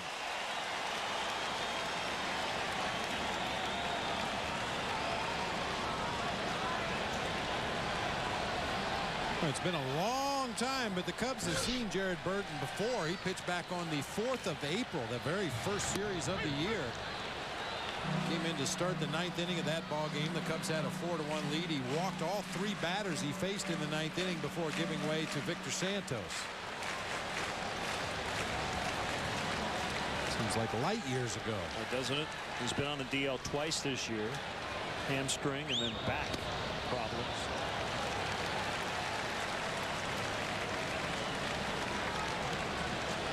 By the way, the Reds have Eddie Guardado, everyday Eddie, back from the DL after Tommy John surgery last year. And the deal with Guardado is he's basically allowed to get up, get loose once per game. That's it. So McCannon has to be careful with Guardado and probably won't use him in a huge spot here early on. 1 and 2 Ontario. And if you get him loose and you don't use him, the rule the Reds have set out is that he won't get up again.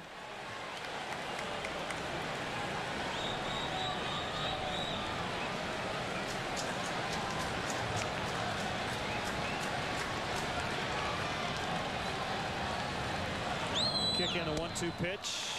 Just off the plate, 2-2.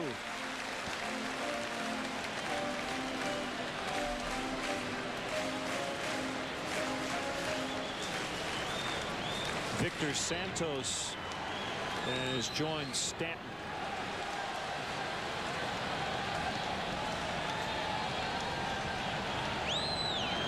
Terrio swings, hits a dribbler to second base. They'll get 1. That's it.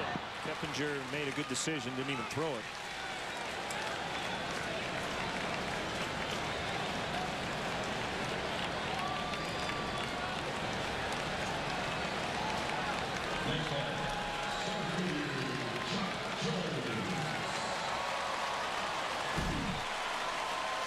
Good decision by the shortstop Keppinger. I was kind of surprised Brandon Phillips went to second base. Usually the rule of thumb, if that runner has already passed you, you go to first base and take the sure out. But Phillips, with a quick weight exchange, turned his body and made the throw on to second base to get the force out.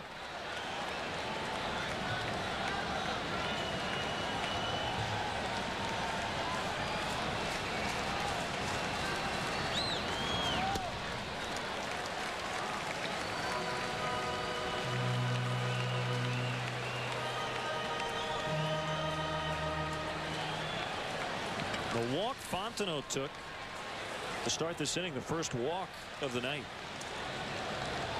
We've seen the Cubs be much more patient here in the 8th. A 1-0 pitch on the way to Jones. That's a strike. 94 on the Heat.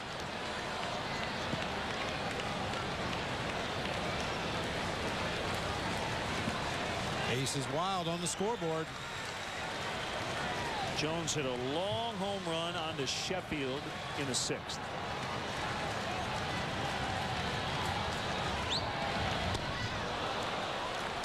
Trying to tie it right there.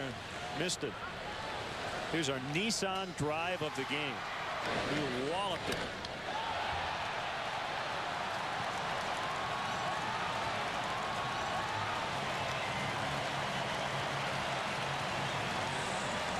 Third solo home run for the Cubs tonight. The 2, 3, and 4 hitters have all gone deep.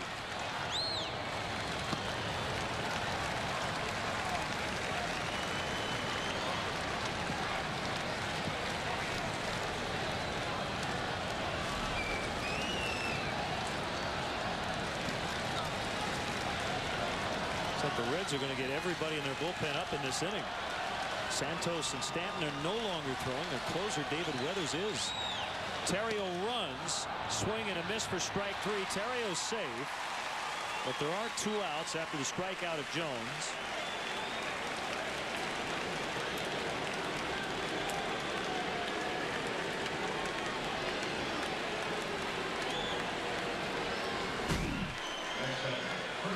jump by Terrio. Burton with a long, slow delivery to the plate. No chance at all to get the Riot at second base. So this is where the return of Aramis Ramirez to the lineup really changes the complexion and what an opposing team can do against the Cubs.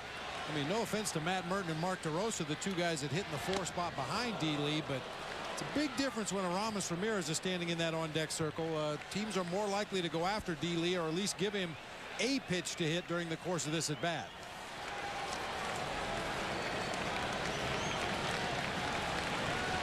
And makes you wonder if McCannon got Weathers ready to set up the possibility of facing Derek Lee, because Derek is 1 for 19 against Stormy, the former Cub. But for now, he's going to let Burton face him.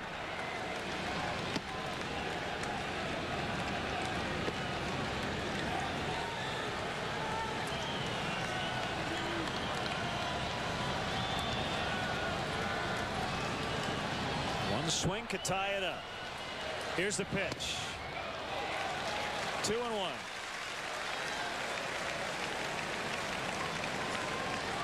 Reds have been in this spot a lot and haven't been able to hold the lead. 21 blown saves, most among all major league clubs, well above the average of 14.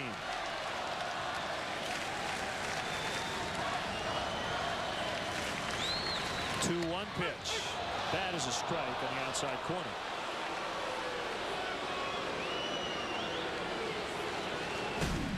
Looked an awful lot like the pitch before. This one perhaps just does catch the outside corner at the knees.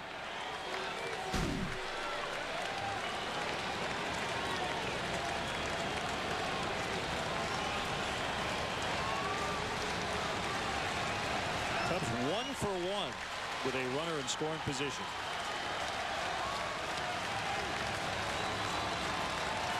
It's only their second opportunity.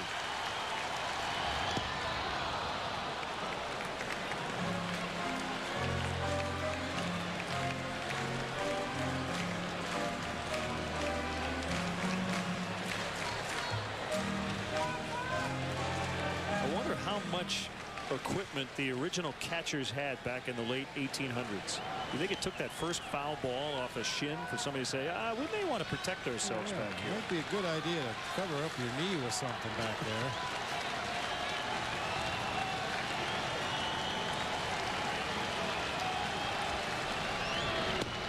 Three and two. Boy, and everything away.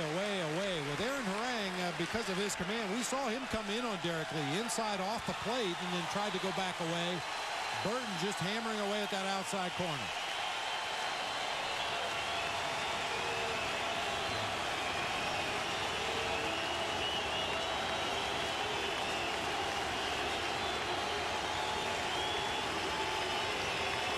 The payoff pitch fouled off. Tried to go away once again with a fastball in the mid-90s. Left that one up over the plate a little bit. D. Lee fouled it off to the right side. I'd really be shocked if Burton comes with anything from the middle of the plate in. An explosion by the Cardinals tonight.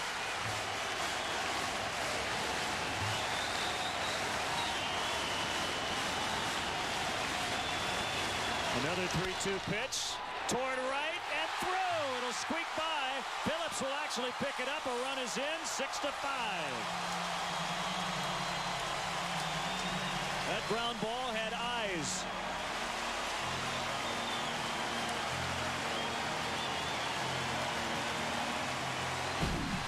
That's just a smart piece of hitting by Derek Lee. He saw what the Reds were doing to him throughout that entire at-bat.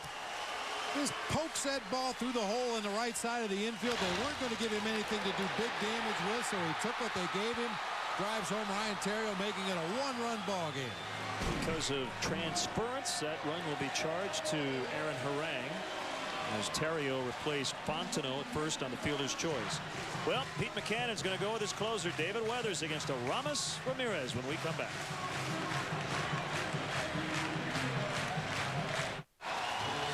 Double switch time. Norris. Hopper comes in for Griffey to play right. He'll hit ninth in the Reds order. And this is something Jerry Narron and Pete McCannon have done a fair amount. That is, use David Weathers for more than an inning to try to notch a save. And we showed you the numbers. earlier for this bullpen. Huge hand for Ramirez. Lee at first. A one-run game. Sinker strike. You see that pitch a lot from David Stormy Weathers. You see the numbers: a home run, 5 hits for Ramirez.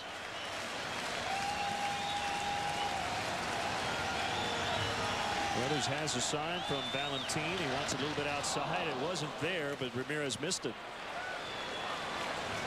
You saw those numbers for Ramirez against David Weathers. That includes the 3 for his last 3 with a home run, and also drew a walk. So in his last 4 plate appearances, 2 singles, a homer, and a walk against the Reds closer.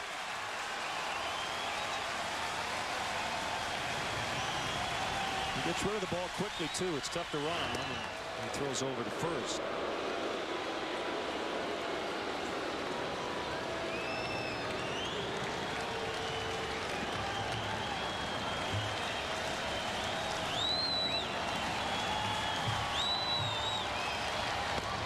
Too high.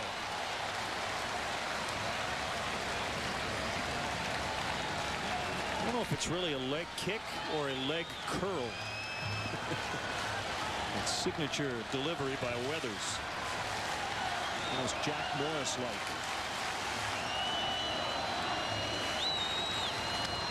Fouled off. That was just off the end of the bat.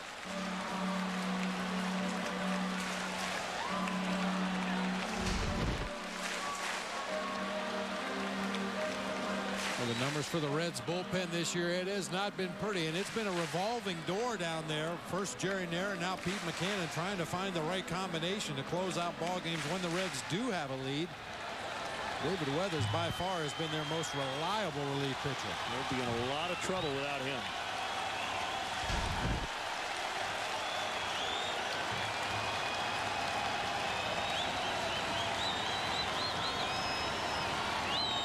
Weathers again, 2-2. Not quite sure who we'll see in the ninth. Dempster and Howery both getting loose.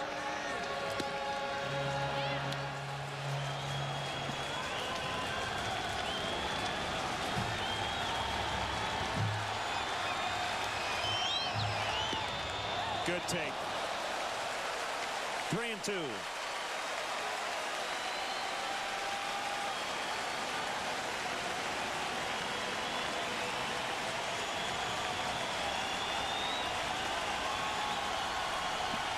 I figure Weathers will go with his signature sinker here. Darrell Ward on deck. Lee will get a head start. Fouled off. Well, he threw that hard. I don't think I've seen David Weathers throw 92 in a good 5-6 years. He consistently hits the upper 80s, usually pitches at 87, 88. A little extra on that one. Ramos able to get a piece, stay alive.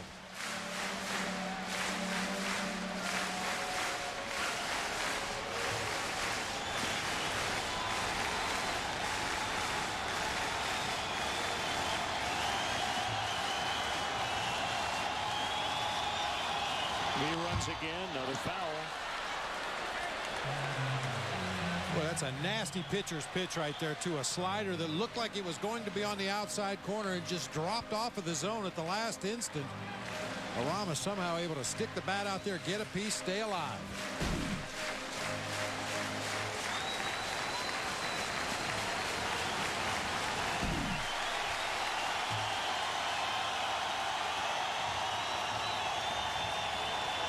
Goes again. He walked him.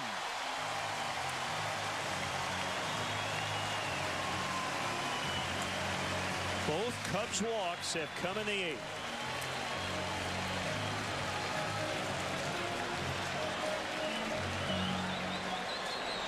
And now one of the most professional hitters. You hear that term a lot.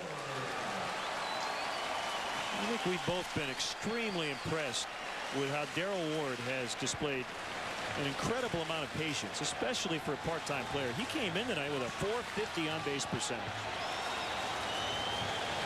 And the calf strain just came off the DL Sunday. Lou Piniella is on the field. They asked for time. Didn't get it. That was a called strike with the manager about 30 feet from home plate. Mark DeRosa was screaming for timeout. Lou Piniella was waving his arms all over the place, and he is not happy. It's hard to blame Randy Marsh, the home plate umpire. He was focusing on the pitcher out on the mound and the hitter at the plate. I got to believe that either the third, first, or second base umpire had to see Lou coming out of the dugout. He wanted to put in Cedeno to run for Ramirez here, representing the go-ahead run in this ball game. I'd say I've seen that one in a while, if ever. And Lou's trying to ask for time. Randy Marsh is focused on the pitcher out on the mound, but none of the base umpires saw Lou walk 15 feet out onto the field of play there. One strike on Ward. The kick and the pitch. Fly ball, shallow center. Hamilton coming in. Phillips calling. The second baseman will handle it. And that's it. Cubs do get a one. We'll go to the ninth from Wrigley Field. It's 6-5 Reds.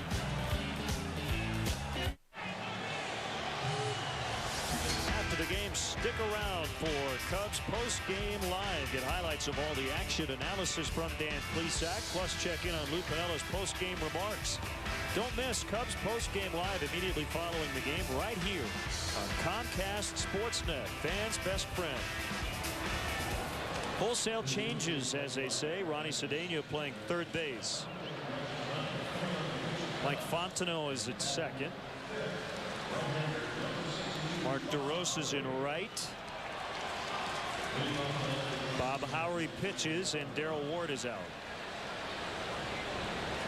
And as you said, Len, with Dempster and Howery warming up side by side there in the bottom half of the eighth inning, there was no way to tell for sure who was going to come in out of that bullpen. Lou said he's going to kind of treat the final couple innings of the ball game as interchangeable parts between Howery, Dempster, and Marmol. We've already seen Marmol. We weren't sure who the next in line would be, but it turns out to be Bob Howery.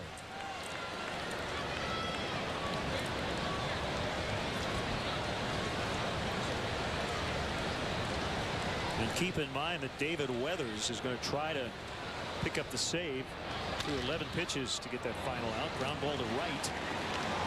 As Fontenot throws out Dunn, and it'll go 4-3.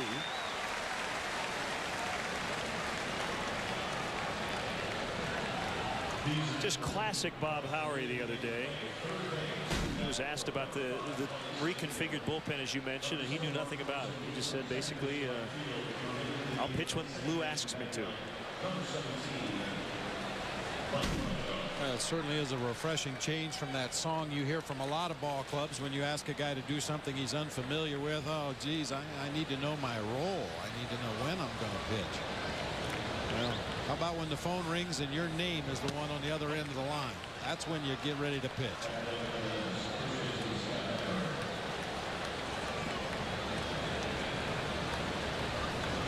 Cubs still being out hit by a wide margin, 16-5. But they're only down 6-5 where it counts. And a huge change of events in Milwaukee, as we mentioned. The Brewers led 3-0 early, but the Cardinals with 2 in the third and 6 in the fifth. Another hit for Rick Ankiel in that ball game tonight. So it's 8-3 in the bottom of the sixth. Well, Chris Capuano got hammered again. 6 earned runs in 4 1/3.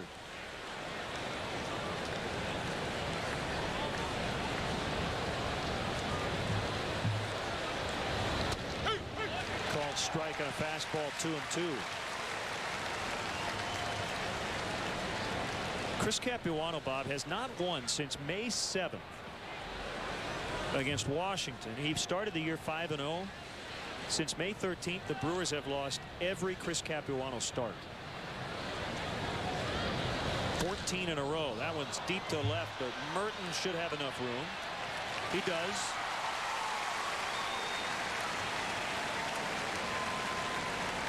The Brewers won his first 7 starts, have lost his last 14, and he got knocked out of the box early again tonight.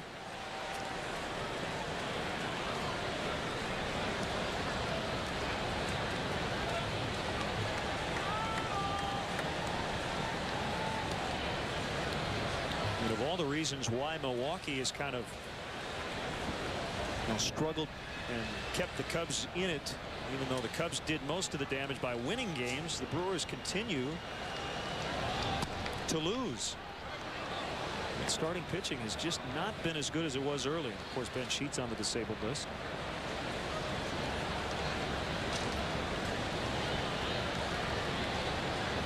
Lou said it several times before the game. He said, we're fortunate we're not 9 or 10 out. Only lost a half game on the last trip, during which the Cubs went 2-5. They also went 9-11 in the stretch of 20 games without an off day. And the Cubs picked up a game and a half in the standings. That's pretty remarkable. Well, you take your breaks where you can get them, and certainly having the kind of stretch the Cubs had over that 20-game set of games, and to not lose ground is remarkable. To gain ground is almost hard to believe. They're going to have to do something, however, to turn that trend around. Every time the Brewers lose, the Cubs lose. Every time the Cubs win, the Brewers win. Good night to turn that around. 2-2. And as we look ahead to the bottom of the ninth, DeRosa, Merton, and Kendall, the scheduled hitters.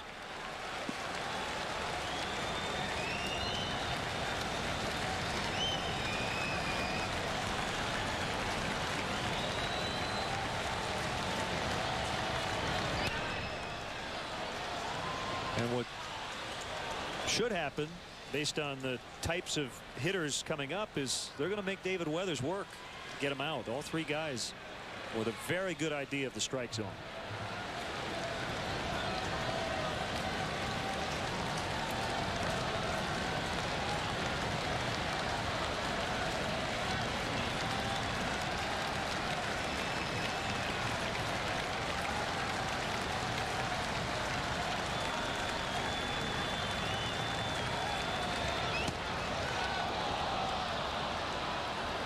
That's 3-2, Javier.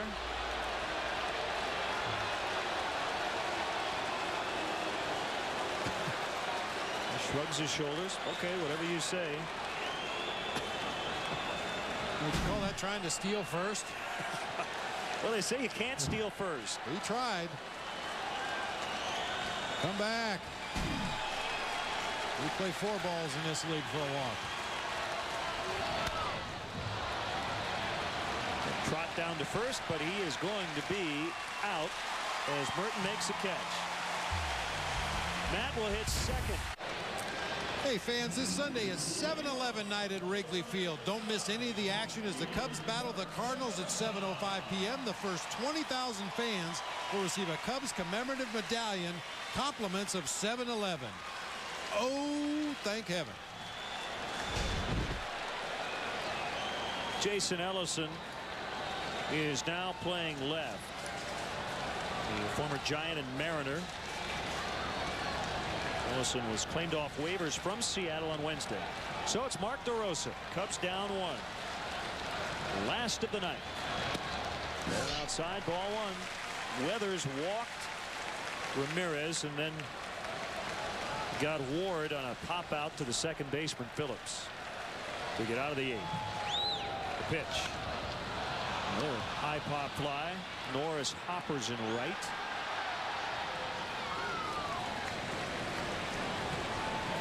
And being the crafty veteran that he is, David Weathers, and understanding everything Wrigley Field is about, you won't see a pitch from the middle of the plate in this inning unless it's a mistake off the plate inside. He's going to steadily work away, force the Cubs. If they're going to beat him, you're going to have to beat him to the opposite field.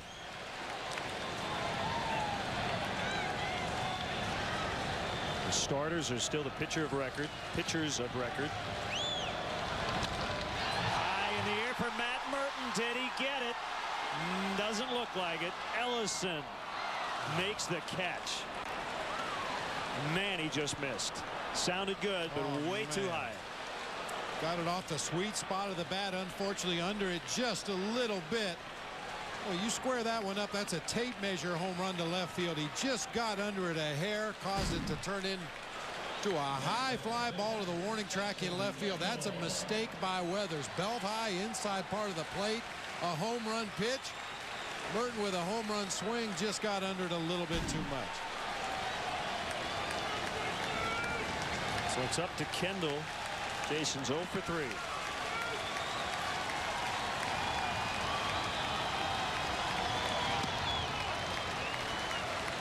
Good numbers for Kendall against stormy weathers in his career. 8 for 19. That's a .421 batting average. He does have a home run against David Weathers.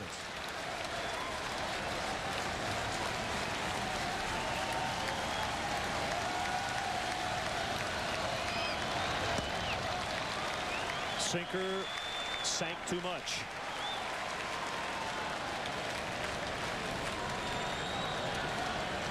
Mr. Clutch on deck, Mike Fontenot. He's come up with some huge hits. So is Kendall, especially the last couple of weeks. 3-0.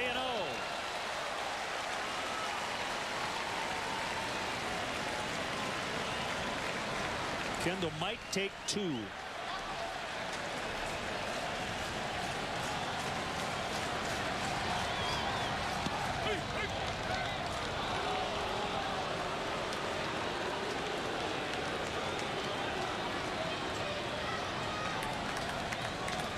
If he gets a pitch to his liking here on the 3-1 count, he may try to ambush David Weathers.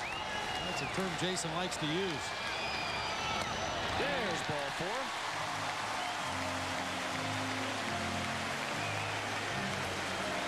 4. Felix PA will pinch run.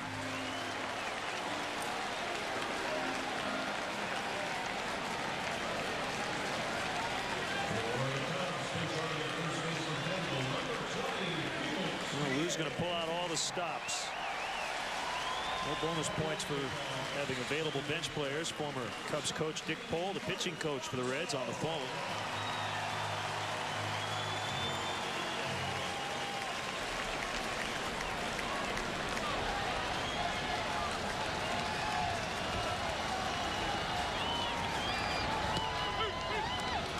Outer edge strike on Fontenot.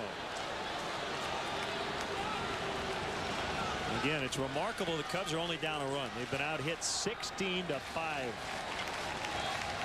They have battled back. Down to their final strike now. Mike Stanton has gotten up just in case. Terrio on deck, but then after him, Jock Jones. I'm sure that's the guy Pete McCannon is thinking about.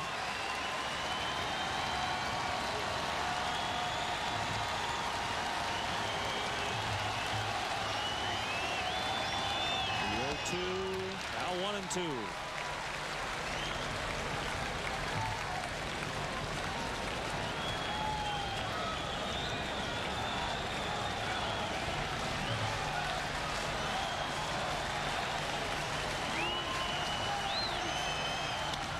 There's a drive by Fontenot, carrying back to the warning track and caught by Hopper, and that ends it.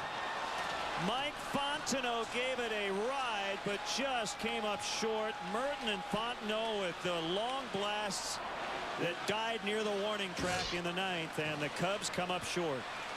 Oh, so close. And the final tonight, the Reds barely hang on, 6-5. Just needed that little extra push. Kept going back, and Hopper caught it. So tried to go in with that sinking fastball, left it out over the heart of the plate. Not enough wind to help that one. Very gently blowing out to right field, but not enough to push that one up into the basket.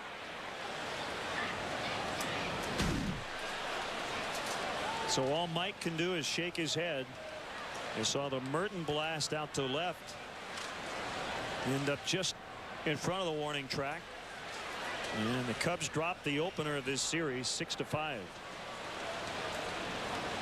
So the winning pitcher, Aaron Harang, he's now 12-3. For Carlos Zambrano, now has failed 3 times at getting win number 15. He drops to 14-9. David Weathers picks up his 23rd save.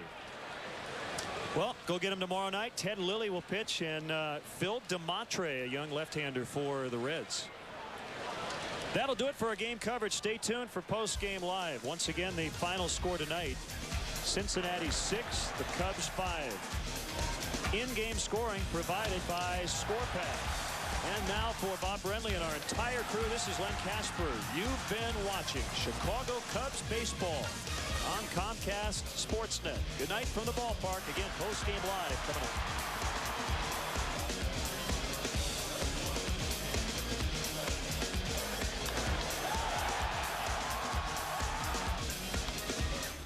Wow, Fontenot almost becomes the mayor of Wrigleyville, at least for tonight. So close. Comeback falls just a bit short. Kerry Sanders and Pat Boyle back in our downtown Chicago studios. You'll hear Lou Piniello's post-game comments next on Cubs Post-Game Live. Then stick around afterwards for Land Rover Sports Night. Coming up on the show, tempers flare at Bears camp.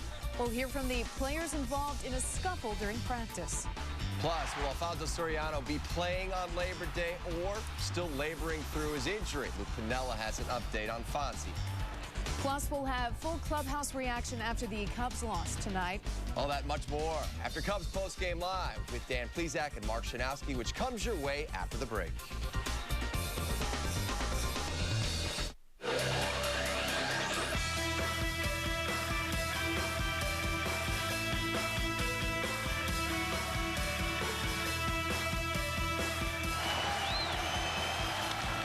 There's a drive by Fontenot, carrying back to the warning track and caught by Hopper, and that ends it.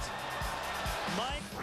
Oh, man, how close was that? Mike Fontenot almost with a walk-off game-winning home run there.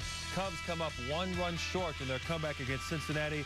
Carlos Zambrano did not have his best stuff in this game. The Reds were able to take full advantage.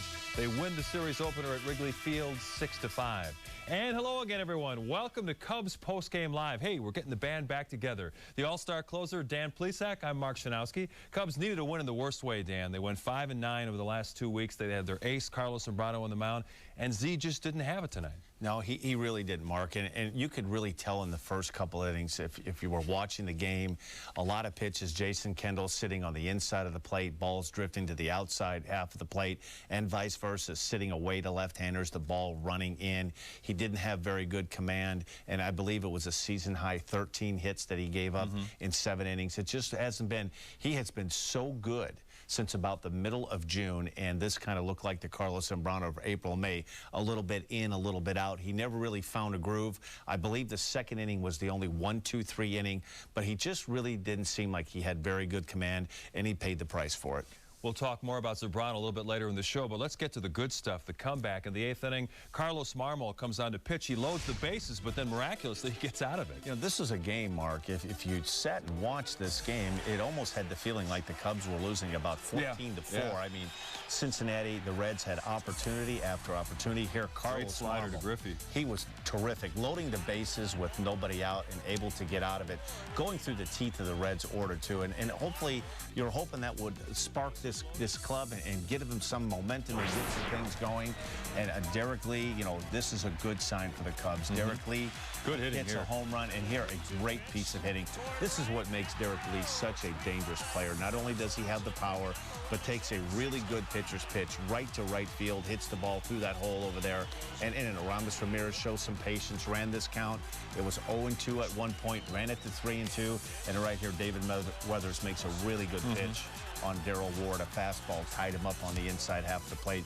The Cubs had some opportunities, but the Reds had some opportunities to blow this game open also. Here's the 9th inning. Starts off, Matt Merton hits a pretty good shot to left field. He got under it a little bit. Well, this is just the case of David Weathers made several mistakes in this 9th inning, and he was very fortunate to get out of it.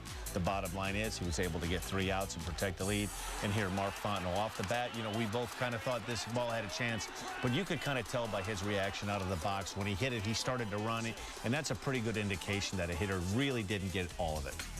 Big crowd just gasping, almost getting the win. Time now to go inside the Cubs clubhouse, brought to us by United. Here's the skipper, Lou Piniello. Real good stuff. Is there any concern after 2 bad ones in a row by him? Run them out there again on Sunday. I don't have any explanation for it. I guess that's why Mr. Ramirez, when you see him hit the ball like you did? Yeah, Derek and Ramirez got us going there. 2 solo home runs. And then we battled pretty good. I thought that ball that Fontenot hit was out of the park. I really did. In the 8th inning, it looked like you had eye contact with the umpire at timeout. You know, somebody saw me. I mean, somebody had to call timeout there.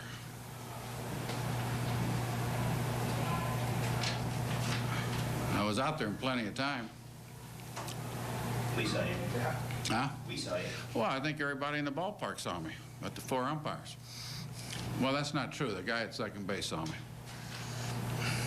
And he felt that? He felt that the pitcher was ready to throw. So he didn't call timeout. That's not why we lost the ball game now. No, nobody's blaming us on an umpire's inability to call timeout. I'm not blaming it on that. The question was asked about the umpires, and I'm giving you an answer, but that's not why we lost. Only 5 hits, 3 more homers. Yeah, we got 3 home runs tonight, and we really didn't have much action on the bases until Merton got that base hit off the shortstop's glove. Do you think Carlos Marmol loses focus or concentration, and then he got himself out of his own jam? Carlos has done a nice job here. Remember, we're talking about a young pitcher. And he's carried himself pretty darn well this year. You look forward to the fact that you got your big boppers back. You helped straighten out Lee, you and Perry. Well, you know, we battled today. Look, we gave up some runs, and we kept coming back. Like I said, when the ball that Fontenot hit, where's the Wrigley Field win? Where's it at? But I did. I thought it was out of the ballpark. I really did. Okay. Thanks. Lou Piniella couldn't believe his eyes. He thought that ball was gone, and the Cubs had an exciting victory. We're talking about Carlos Marmol. He's been used a lot this year, a guy who's been a starter throughout his career. You think maybe he's running out of gas a little bit? I'm not sure if he's running out of gas, but it's a long season, and he's accustomed to a role now. He hasn't been used to this relief pitching, and Lou Piniella has gone to him early in some games. He's gone to him in the middle part of some games.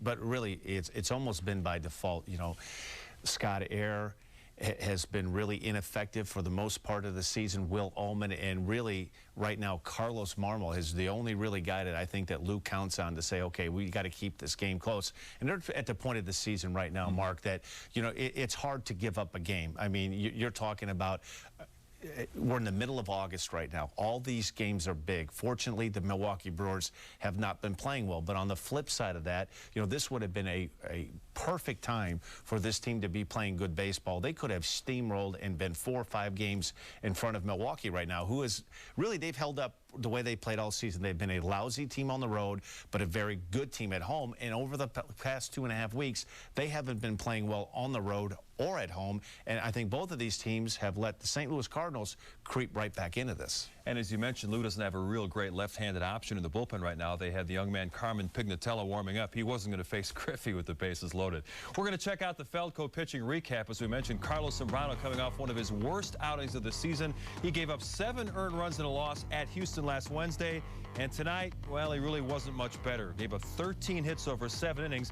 He didn't strike out anyone. What does that say? Well, he was up in the strike zone, and his velocity early on in the first couple innings, he touched 93 a couple of times, but he was pitching at 89 to 91 miles an hour.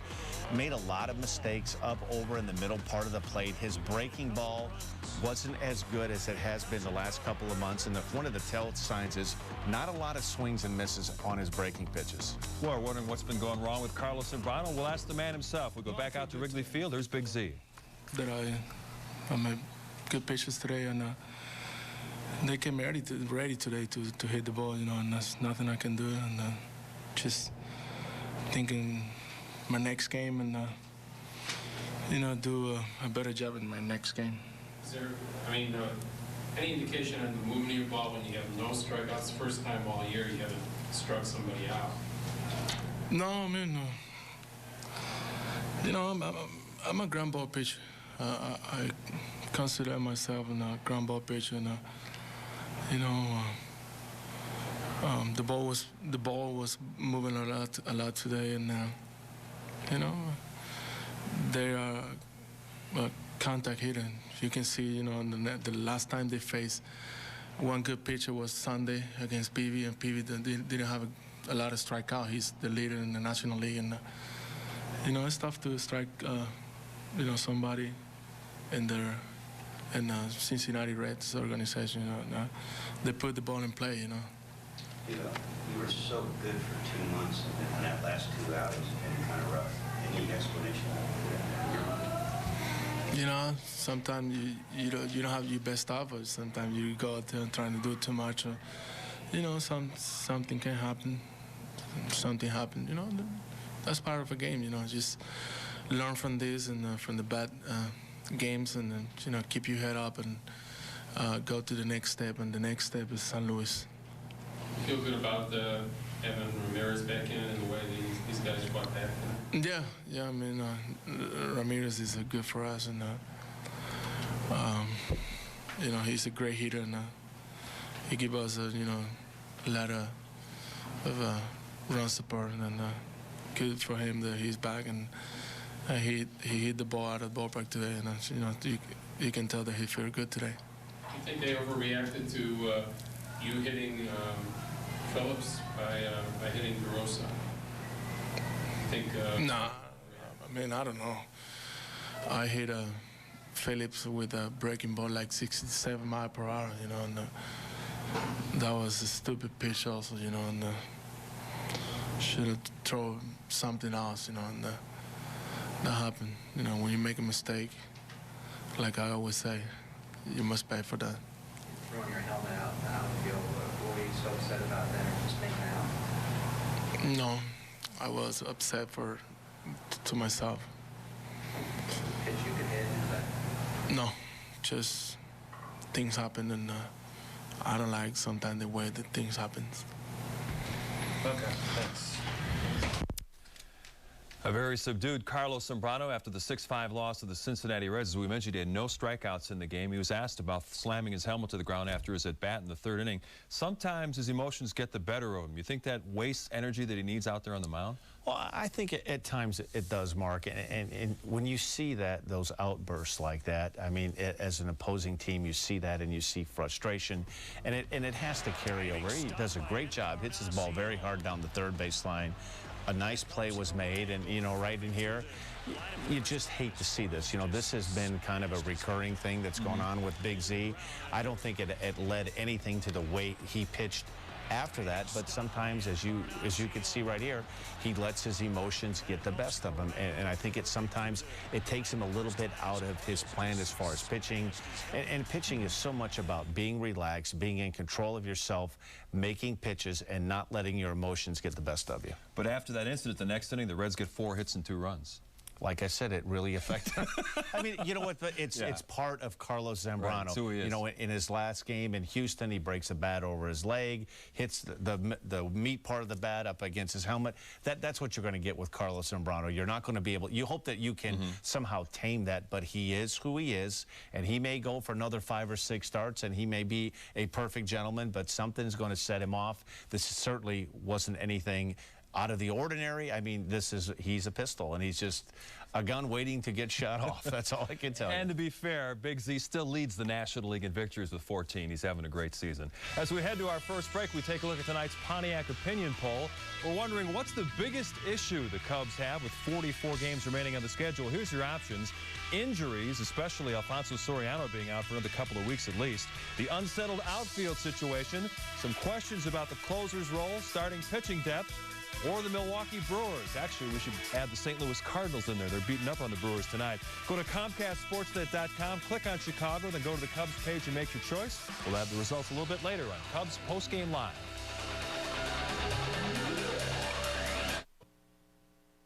4.5 behind the Brewers. Cardinals visit Wrigley Field for 4 games starting Friday. And here's a look at our 4 seasons who's hot, who's not around the National League right now. Cubs said goodbye to Troy Tulowitzki, who did some damage against them in Colorado over the weekend. Barry Bonds, the pressure off now on the all-time home run king. He had a good week. And Tom Gorzolani, the Chicago area native, throwing 2 good games last week for the Pirates. Who's not? Well, Jeff Kent at the top of the list, 0-43, 1 for 23. Sounds like your career, doesn't it, Dan? Oh, absolutely. Well, I'll tell you what. I would have, the Dan Uggla, 136. If I could have been on an I-36 interstate, I would have rode that with a smile on my face. And Scott Linebrink, of course, acquired by the Brewers from San Diego, not doing a good job last week. Welcome back to Cubs Postgame Live. Mark Shanowski and the closer, Dan Plesac, with you.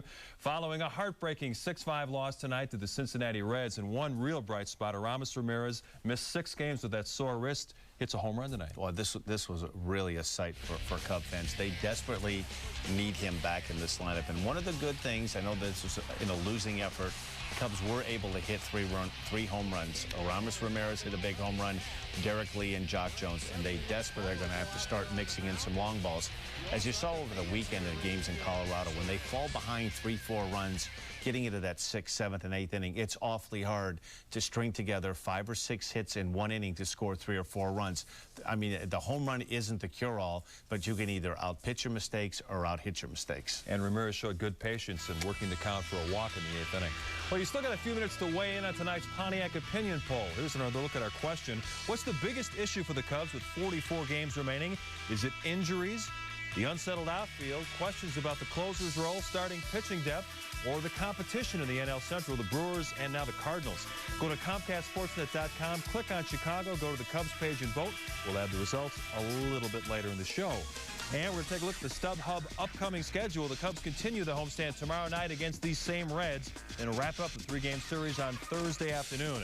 Then the arch-rival Cardinals come in, and they're getting hot. Day games on Friday and Saturday, then the Sunday night showcase game. We'll be right back. The upcoming schedule is brought to you by StubHub, where fans buy. Here's a look at our Geico quote of the day. It comes from the home run king, Barry Bonds. When asked if he could play past next season, he says, playing after next year, I don't know. I don't think so. I don't think so. I don't think 2 more years I can make. Well, of course, Dan, if he's a left-handed reliever, he could play on forever. Yes, he probably could. And, you know, and he could probably hit forever. I mean, what a remarkable career he's had. Well, we're going to check out the results of our Pontiac Opinion Poll. What's your biggest issue with 44 games remaining? Here's what you told us. 42% say injuries. Got to get Alfonso Soriano back in the lineup. Of course, a good sign today that Aram is back in there. 30% say starting pitching depth, and lately Rich Hill and Sean Marshall have not been too reliable. But Ted Lilly sure has, and he's going for the Cubs tomorrow night. He has been the Cubs' most consistent, dependable starter. He has put together a... McDonald's Sports Rise every morning, only on Comcast Sportsnet, fans' best friend. Hi, I'm Mark DeRosa of the Chicago Cubs, and you're watching Comcast Sportsnet.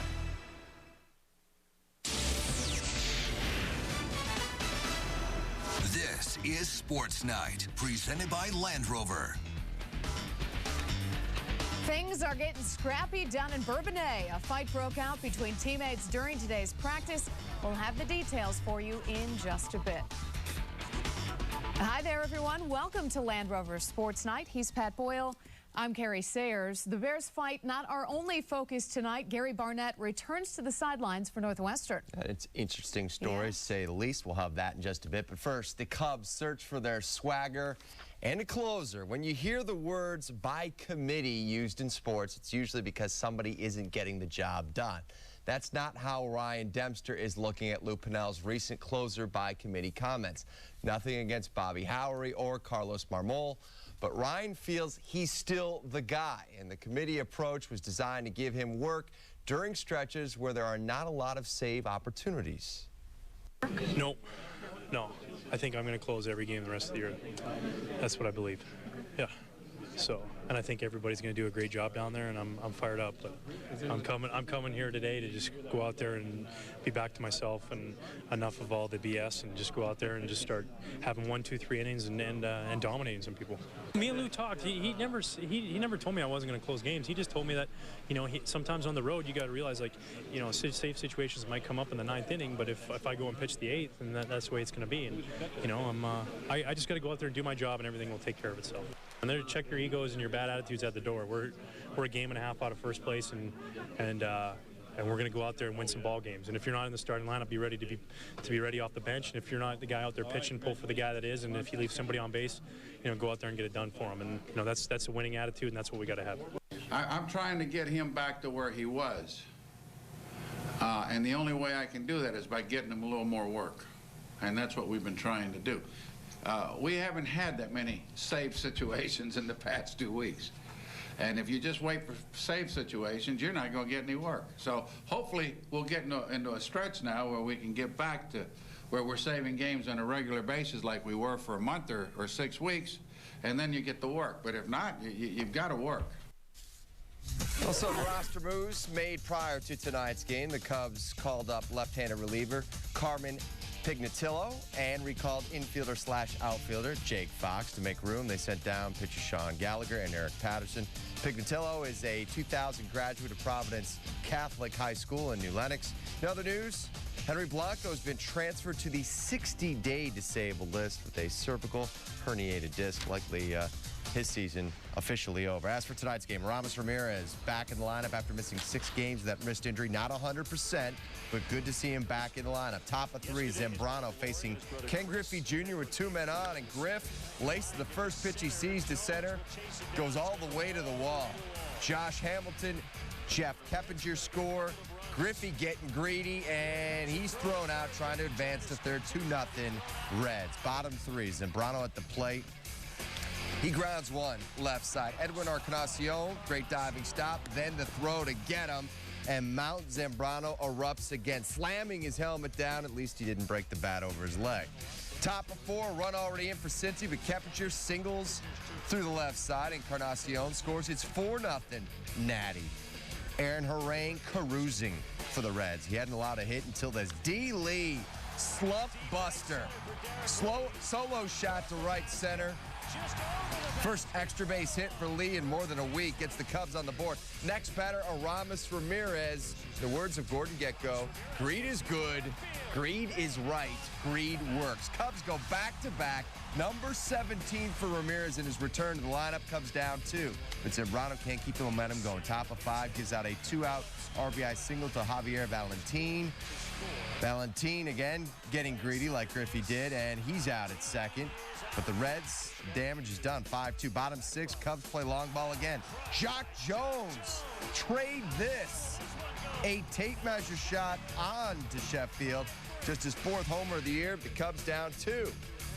Seesaw affair continues in the 7th. Scott Hatterberg slaps a 2-out single to left. That plates Brandon Phillips. Z gives up 13 hits on the night, tying a season high. Also yields 6 earned runs. Bottom 7, the Redhead, Matt Merton, a clutch 2-out single to center. Mark DeRosa scores. Cubs down 6-4 in the 8th. Carlos Marmol, bases loaded, nobody out. He pulls an El Duque, strikes out Keppinger browsing. Then Griffey, see ya. Finally, Phillips, and he gets him to hit a lazy fly ball to right. Darrell Ward is under it, and Marmol works out of a jam. Bases loaded, nobody out. He strands all 3. Bottom 8, still down 2. D. Lee, great job here. Through the right side, Terrio scores. 62nd RBI for Derek Lee, trailing 6-5. Later in the inning, 2 on, 2 out for Ward. He pops one up to shallow center. Phillips is there. Darrell 0 for 4. Reds keep a 1-run lead. Bottom 9, 1 out. Merton gets into this David Weathers offering to deep left. Jason Ellison has room, and he squeezes that after Jason Kendall walked. Mike Fontenot pitch hitting. Looked like he got a hold of it, but Norris Hopper is there. Makes the catch in the ivy. Cubs come up just a bit short, lose the opener against the Reds, 6-5 the final. So Big Z fails to get win number 15, his third try on that. Gave up 13 hits, 6 earned. He's now 1-3 against Cincinnati this season. Cubs could only muster 5 hits, 3 of those homers, all solo. They've now lost 7 of their last 9 overall. But Lou thought Fontenot was going to change that trend with the near walk-off. We battled today. Look, we gave up some runs, and we kept coming back. Like I said, when the ball that Fontenot hit, where's the Wrigley Field win? Where's it at?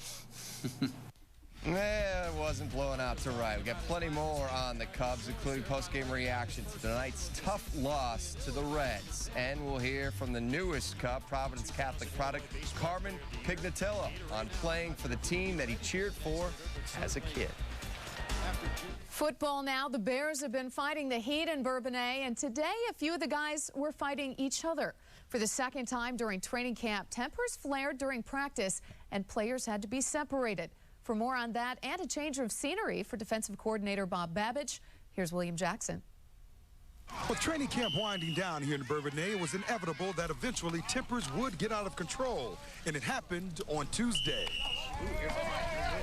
Offensive lineman Roberto Garza got into it with a defensive lineman, but in the end, no harm, no foul. Old lineman and D lineman, always something going on and pushing and shoving, and that's just part of it. And you know, we'll probably go jump in the cold tub together, and everything will be all right. It's competitive. You know, it's getting hot outside. Guys are tired. I mean, if you look over there, I think they're talking right now. So everything is good, man. It's really nothing to really worry about. We don't want our guys to hurt each other, but that's how life is, you know. I had a brother growing up. We used to fight our ways, hug each other the next second. That's kind of how it is. And speaking of being competitive and feisty, the Bears have it in new defensive coordinator Bob Babich. He was extremely excited to take on his new role in Houston last Saturday. It was a lot of fun. I mean, had a lot of fun. The guys were great. The operation went smooth with the other coaches. It was just a lot of fun. It was a growing experience for us as a staff. It was the first time that we were together and with the players. And as for Babich, he was up close and personal as he called the plays from the sidelines on Saturday. So will that be the norm? I've only done downstairs so far, so I kind of liked it. But, you know, we'll find out as we go along here. I mean, there were some things some concerns I had about being downstairs, and I think I had those things answered last week, and I'm looking forward to seeing how it works out again this week. Now, while Babich is still undecided whether he'll be on the sideline or up in the booth, there is something to be said for being close to the players. Whatever makes them comfortable. I'm cool with that, you know. And I think I guess you get the plays in faster if the guy right there is calling them instead of relaying them from a guy upstairs. Bob, of course, was on the sideline this past week. I think he's thinking about going up in the press box. That's just kind of on him on where he feels most comfortable. I think there's a lot to be said. There is a lot to be said about being on the sideline where the guys can, you know, look in your eyes each play. Whether Babich calls the plays from upstairs or the sideline, one thing is for sure. He has inherited a very talented defense, so they really didn't have to show him a whole lot this past Saturday. He already knew what he had. We didn't do a whole lot with the ones, but we've been very pleased throughout training camp with our defense. In Bourbonnais with the Bears, William Jackson, Comcast Sportsnet. Thank you, William. A scary moment at practice today when Devin Hester was a little shaken up after getting tangled up with cornerback Charles Tillman. Hester stayed on the ground, then eventually and slowly walked back to the huddle. In other news, Muhsin Muhammad sat out with general soreness, while Mark Bradley missed most of practice with knee soreness. And finally, linebacker Hunton Hillenmeyer returned to practice after being out sick yesterday. Coming up later in this show, a familiar yet controversial face was roaming the sidelines this afternoon at Northwestern's football practice. And we'll head back to Wrigley for more clubhouse reaction to a frustrating night for Carlos Zambrano and the Cubs. Plus, is Labor Day still the target date for Alfonso Soriano's return to the lineup? Lou Piniella will have an update. Land Rover Sports Night is brought to you by your local Land Rover dealers.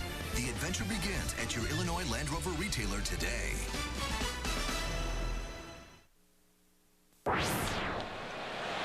Diving stop by Encarnacion. Carlos just smashed his helmet. Another frustrating night for Big Z and the Cubs. For the third time, he fails to get his 15th win. Gave up 16 hits tonight, looking a bit like the Zambrano we saw in April and May, complete with the temper. Here's Z afterwards. Sometimes you don't have your best offers. Sometimes you go out there trying to do too much. You know, something can happen. Something happened. You know, that's part of a game. You know, just learn from this and from the bad games, and you know, keep your head up and go to the next step. And the next step is St. Louis. 2000 was a great year for Carmen Pignatello. The Southpaw starred at Providence Catholic in New Lenox and was Gatorade's Illinois Baseball Player of the Year and the Sun-Times Player of the Year. He was then taken in the 20th round by the Cubs, and today, after spending 8 seasons in the minors, the reliever was brought up from AAA Iowa and is pinching himself over the thought of finally making his major league debut. Growing up a Chicago Cubs fan and being able to make my debut here at Wrigley, it's an unbelievable feeling, and I don't think it'll sink in until I get out there on the mound. You know, this really hasn't sunk in for me I found out yesterday, and I was on the phone all day and traveling, and it's kind of just setting in right now. I haven't really had a chance to think about that. Meanwhile, the Cubs are in day 9 of life without leadoff hitter Alfonso Soriano, who's still recovering from that slight tear in his right quad. The Cubs have missed his offense as he was leading the team in hits and home runs. And while Aramis Ramirez made his return tonight, it's still looking like Soriano will be out for another 2.5 weeks. Soriano's getting better, but he's still, look, we're clinging to that around the 1st of September, Labor Day type situation. It's not going to be any quicker than that. And he's a quick healer too, but I wouldn't look quicker than that.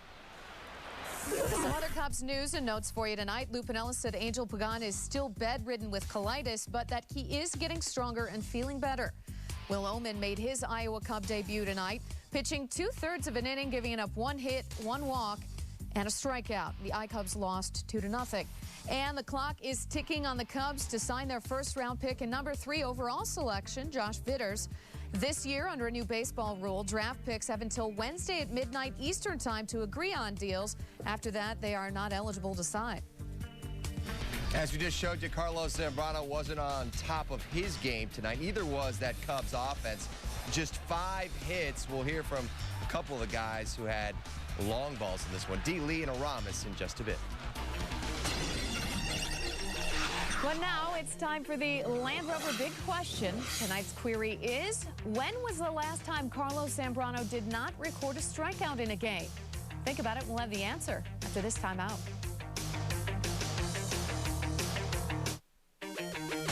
Before the break, we asked the Land Rover Big Question of the night. It was, when was the last time Carlos Zambrano did not record a strikeout in a game? The answer?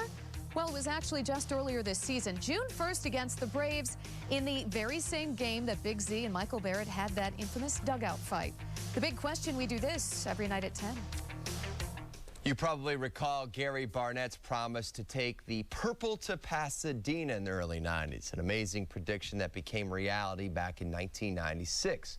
While Barnett gave folks in Evanston some memorable seasons, he did the same in Boulder, Colorado, mostly for the scandals off the field. Those problems led to his dismissal back in 2004. Now, despite the baggage, look who was in Kenosha this morning. Coach Barnett watching the Wildcats practice in Wisconsin today. Looks like he's doing a little bit more than just coaching, or watching rather. He's, of course, helping out head coach Pat Fitzgerald, who was an All-American linebacker for Barnett's teams in the mid-90s. And while Coach Fitz saw his team struggle last year, who better than Mr. Purple to Pasadena to talk to his troops this season?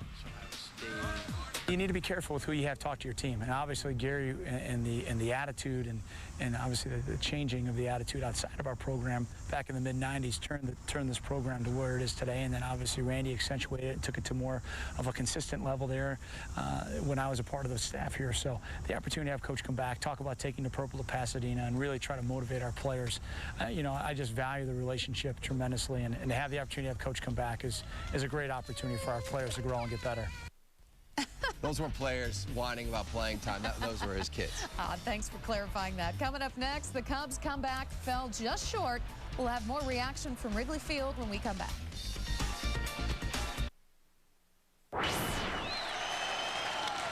There's a drive by Fontenot, carrying back to the warning track, and caught by Hopper, and that ends it. It was a walk-off of a different sort.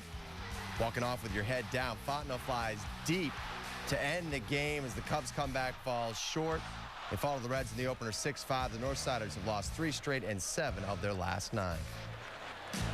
We gotta get it going, and we will. You know, I think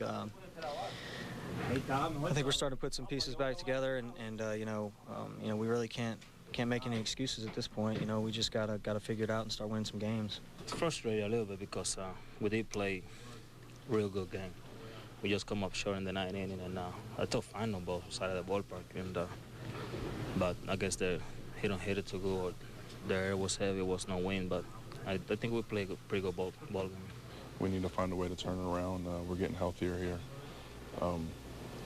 So we just need to find a way to turn it around. So the Cubs continue to struggle. So too the Brewers. They're getting smoked right now. 10-4 to St. Louis in the top of the 9th inning. So when this day is all said and done, it looks like the Cubs will remain a game and a half back of the Brew Crew. But look out, the Cardinals are coming up from the rear here. 4.5 back is what they'll be if they hold on for the victory at Miller Park tonight. And of course, they make their way to the north side of Chicago later this week. Some sad news in the world of baseball. Hall of Famer and longtime Yankees broadcaster Phil Rizzuto died of pneumonia last night at the age of 89. Nicknamed the Scooter, Rizzuto played on 7 World Series championship teams during his 13 seasons with the Yankees. He followed that with a 40-year career in the broadcast booth. Yankees owner George Steinbrenner said in a statement, "I guess heaven must have needed a shortstop." Here's Lou Pinella's reaction to the news. He's a good man. I got to know him over there during my playing years. His wife Nora and kids, they're good people. And Phil had a wonderful, wonderful career and a wonderful life. And he's been sick for a while, and he finally succumbed. But yeah, I just want to express my condolences to the family. And I feel fortunate that I got to know Phil. He's a good human being. The Yankees will wear Rizzuto's number 10 on their left sleeves for the rest of the season. Rizzuto was considered one of the best defensive shortstops of his era and won the American League's Most Valuable Player Award in 1950. He was the oldest living member of the Baseball Hall of Fame. Last week, if you just got the scores, you didn't get the whole picture. Probably the worst feeling I've ever had in football, walking off that field. Just knowing that we had a chance to be world champions. It was very frustrating, and it probably took me a long time to get over. Bobby's got heart. Bobby's a kid that came from a little bit tougher road to get here. And it's awful nice to see a guy do what he's doing in his life and his career. Will's done a good job for a couple of years. He hasn't thrown the ball well lately. It's just the unfortunate part of the business. Just needs to get on track and go back and get him at the appropriate time. Comcast Sportsnet, fans' best friend. You're watching the home of the Bulls, Blackhawks, Cubs, and White Sox. Comcast Sportsnet. Welcome back. The Bulls released their 7-game preseason schedule today. They open up on October 9th against the Bucks in La Crosse, Wisconsin, and will take the United Center court for the first time on Friday, October 12th, against the Mavericks. The Associated Press is reporting that former NBA referee Tim Donaghy is planning to turn himself in at a Brooklyn federal court tomorrow and will plead guilty to charges alleging he bet on games he officiated. Donaghy's attorney, federal prosecutors, and the NBA all declined to comment on the report.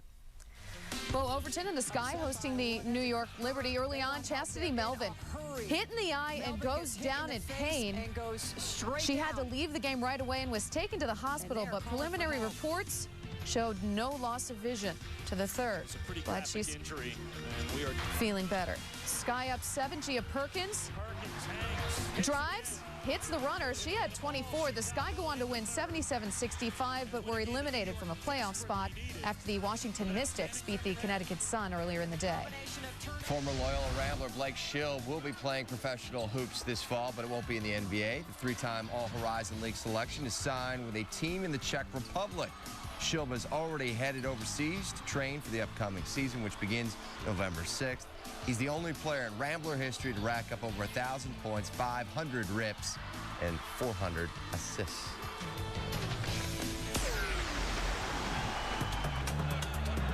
Play of the day. Brought to you by Lexus, pursuing perfection. Let's go to Atlanta after Chipper Jones was struck out on a close pitch in the 5th. Bobby Cox was tossed from the dugout by home plate umpire Ted Barrett. It's the 132nd time Bobby Cox has been ejected in his managerial career, breaking the 74-year-old record by John McGraw. Sox visiting the A's tonight. The record would have to wait. Bobby Jenks ruled out of tonight's game because of a tweaked ankle. To the action, bottom of the 4th, A's already up 1-0, and Jack Cust adds to the lead. Takes John Garland's offering deep to left and out, his second dinger of the game. A's up 2-0 now. Top of the 6th, 3-1 Oakland. Josh Fields, is he hot or what? Takes this one deep to left center and gone.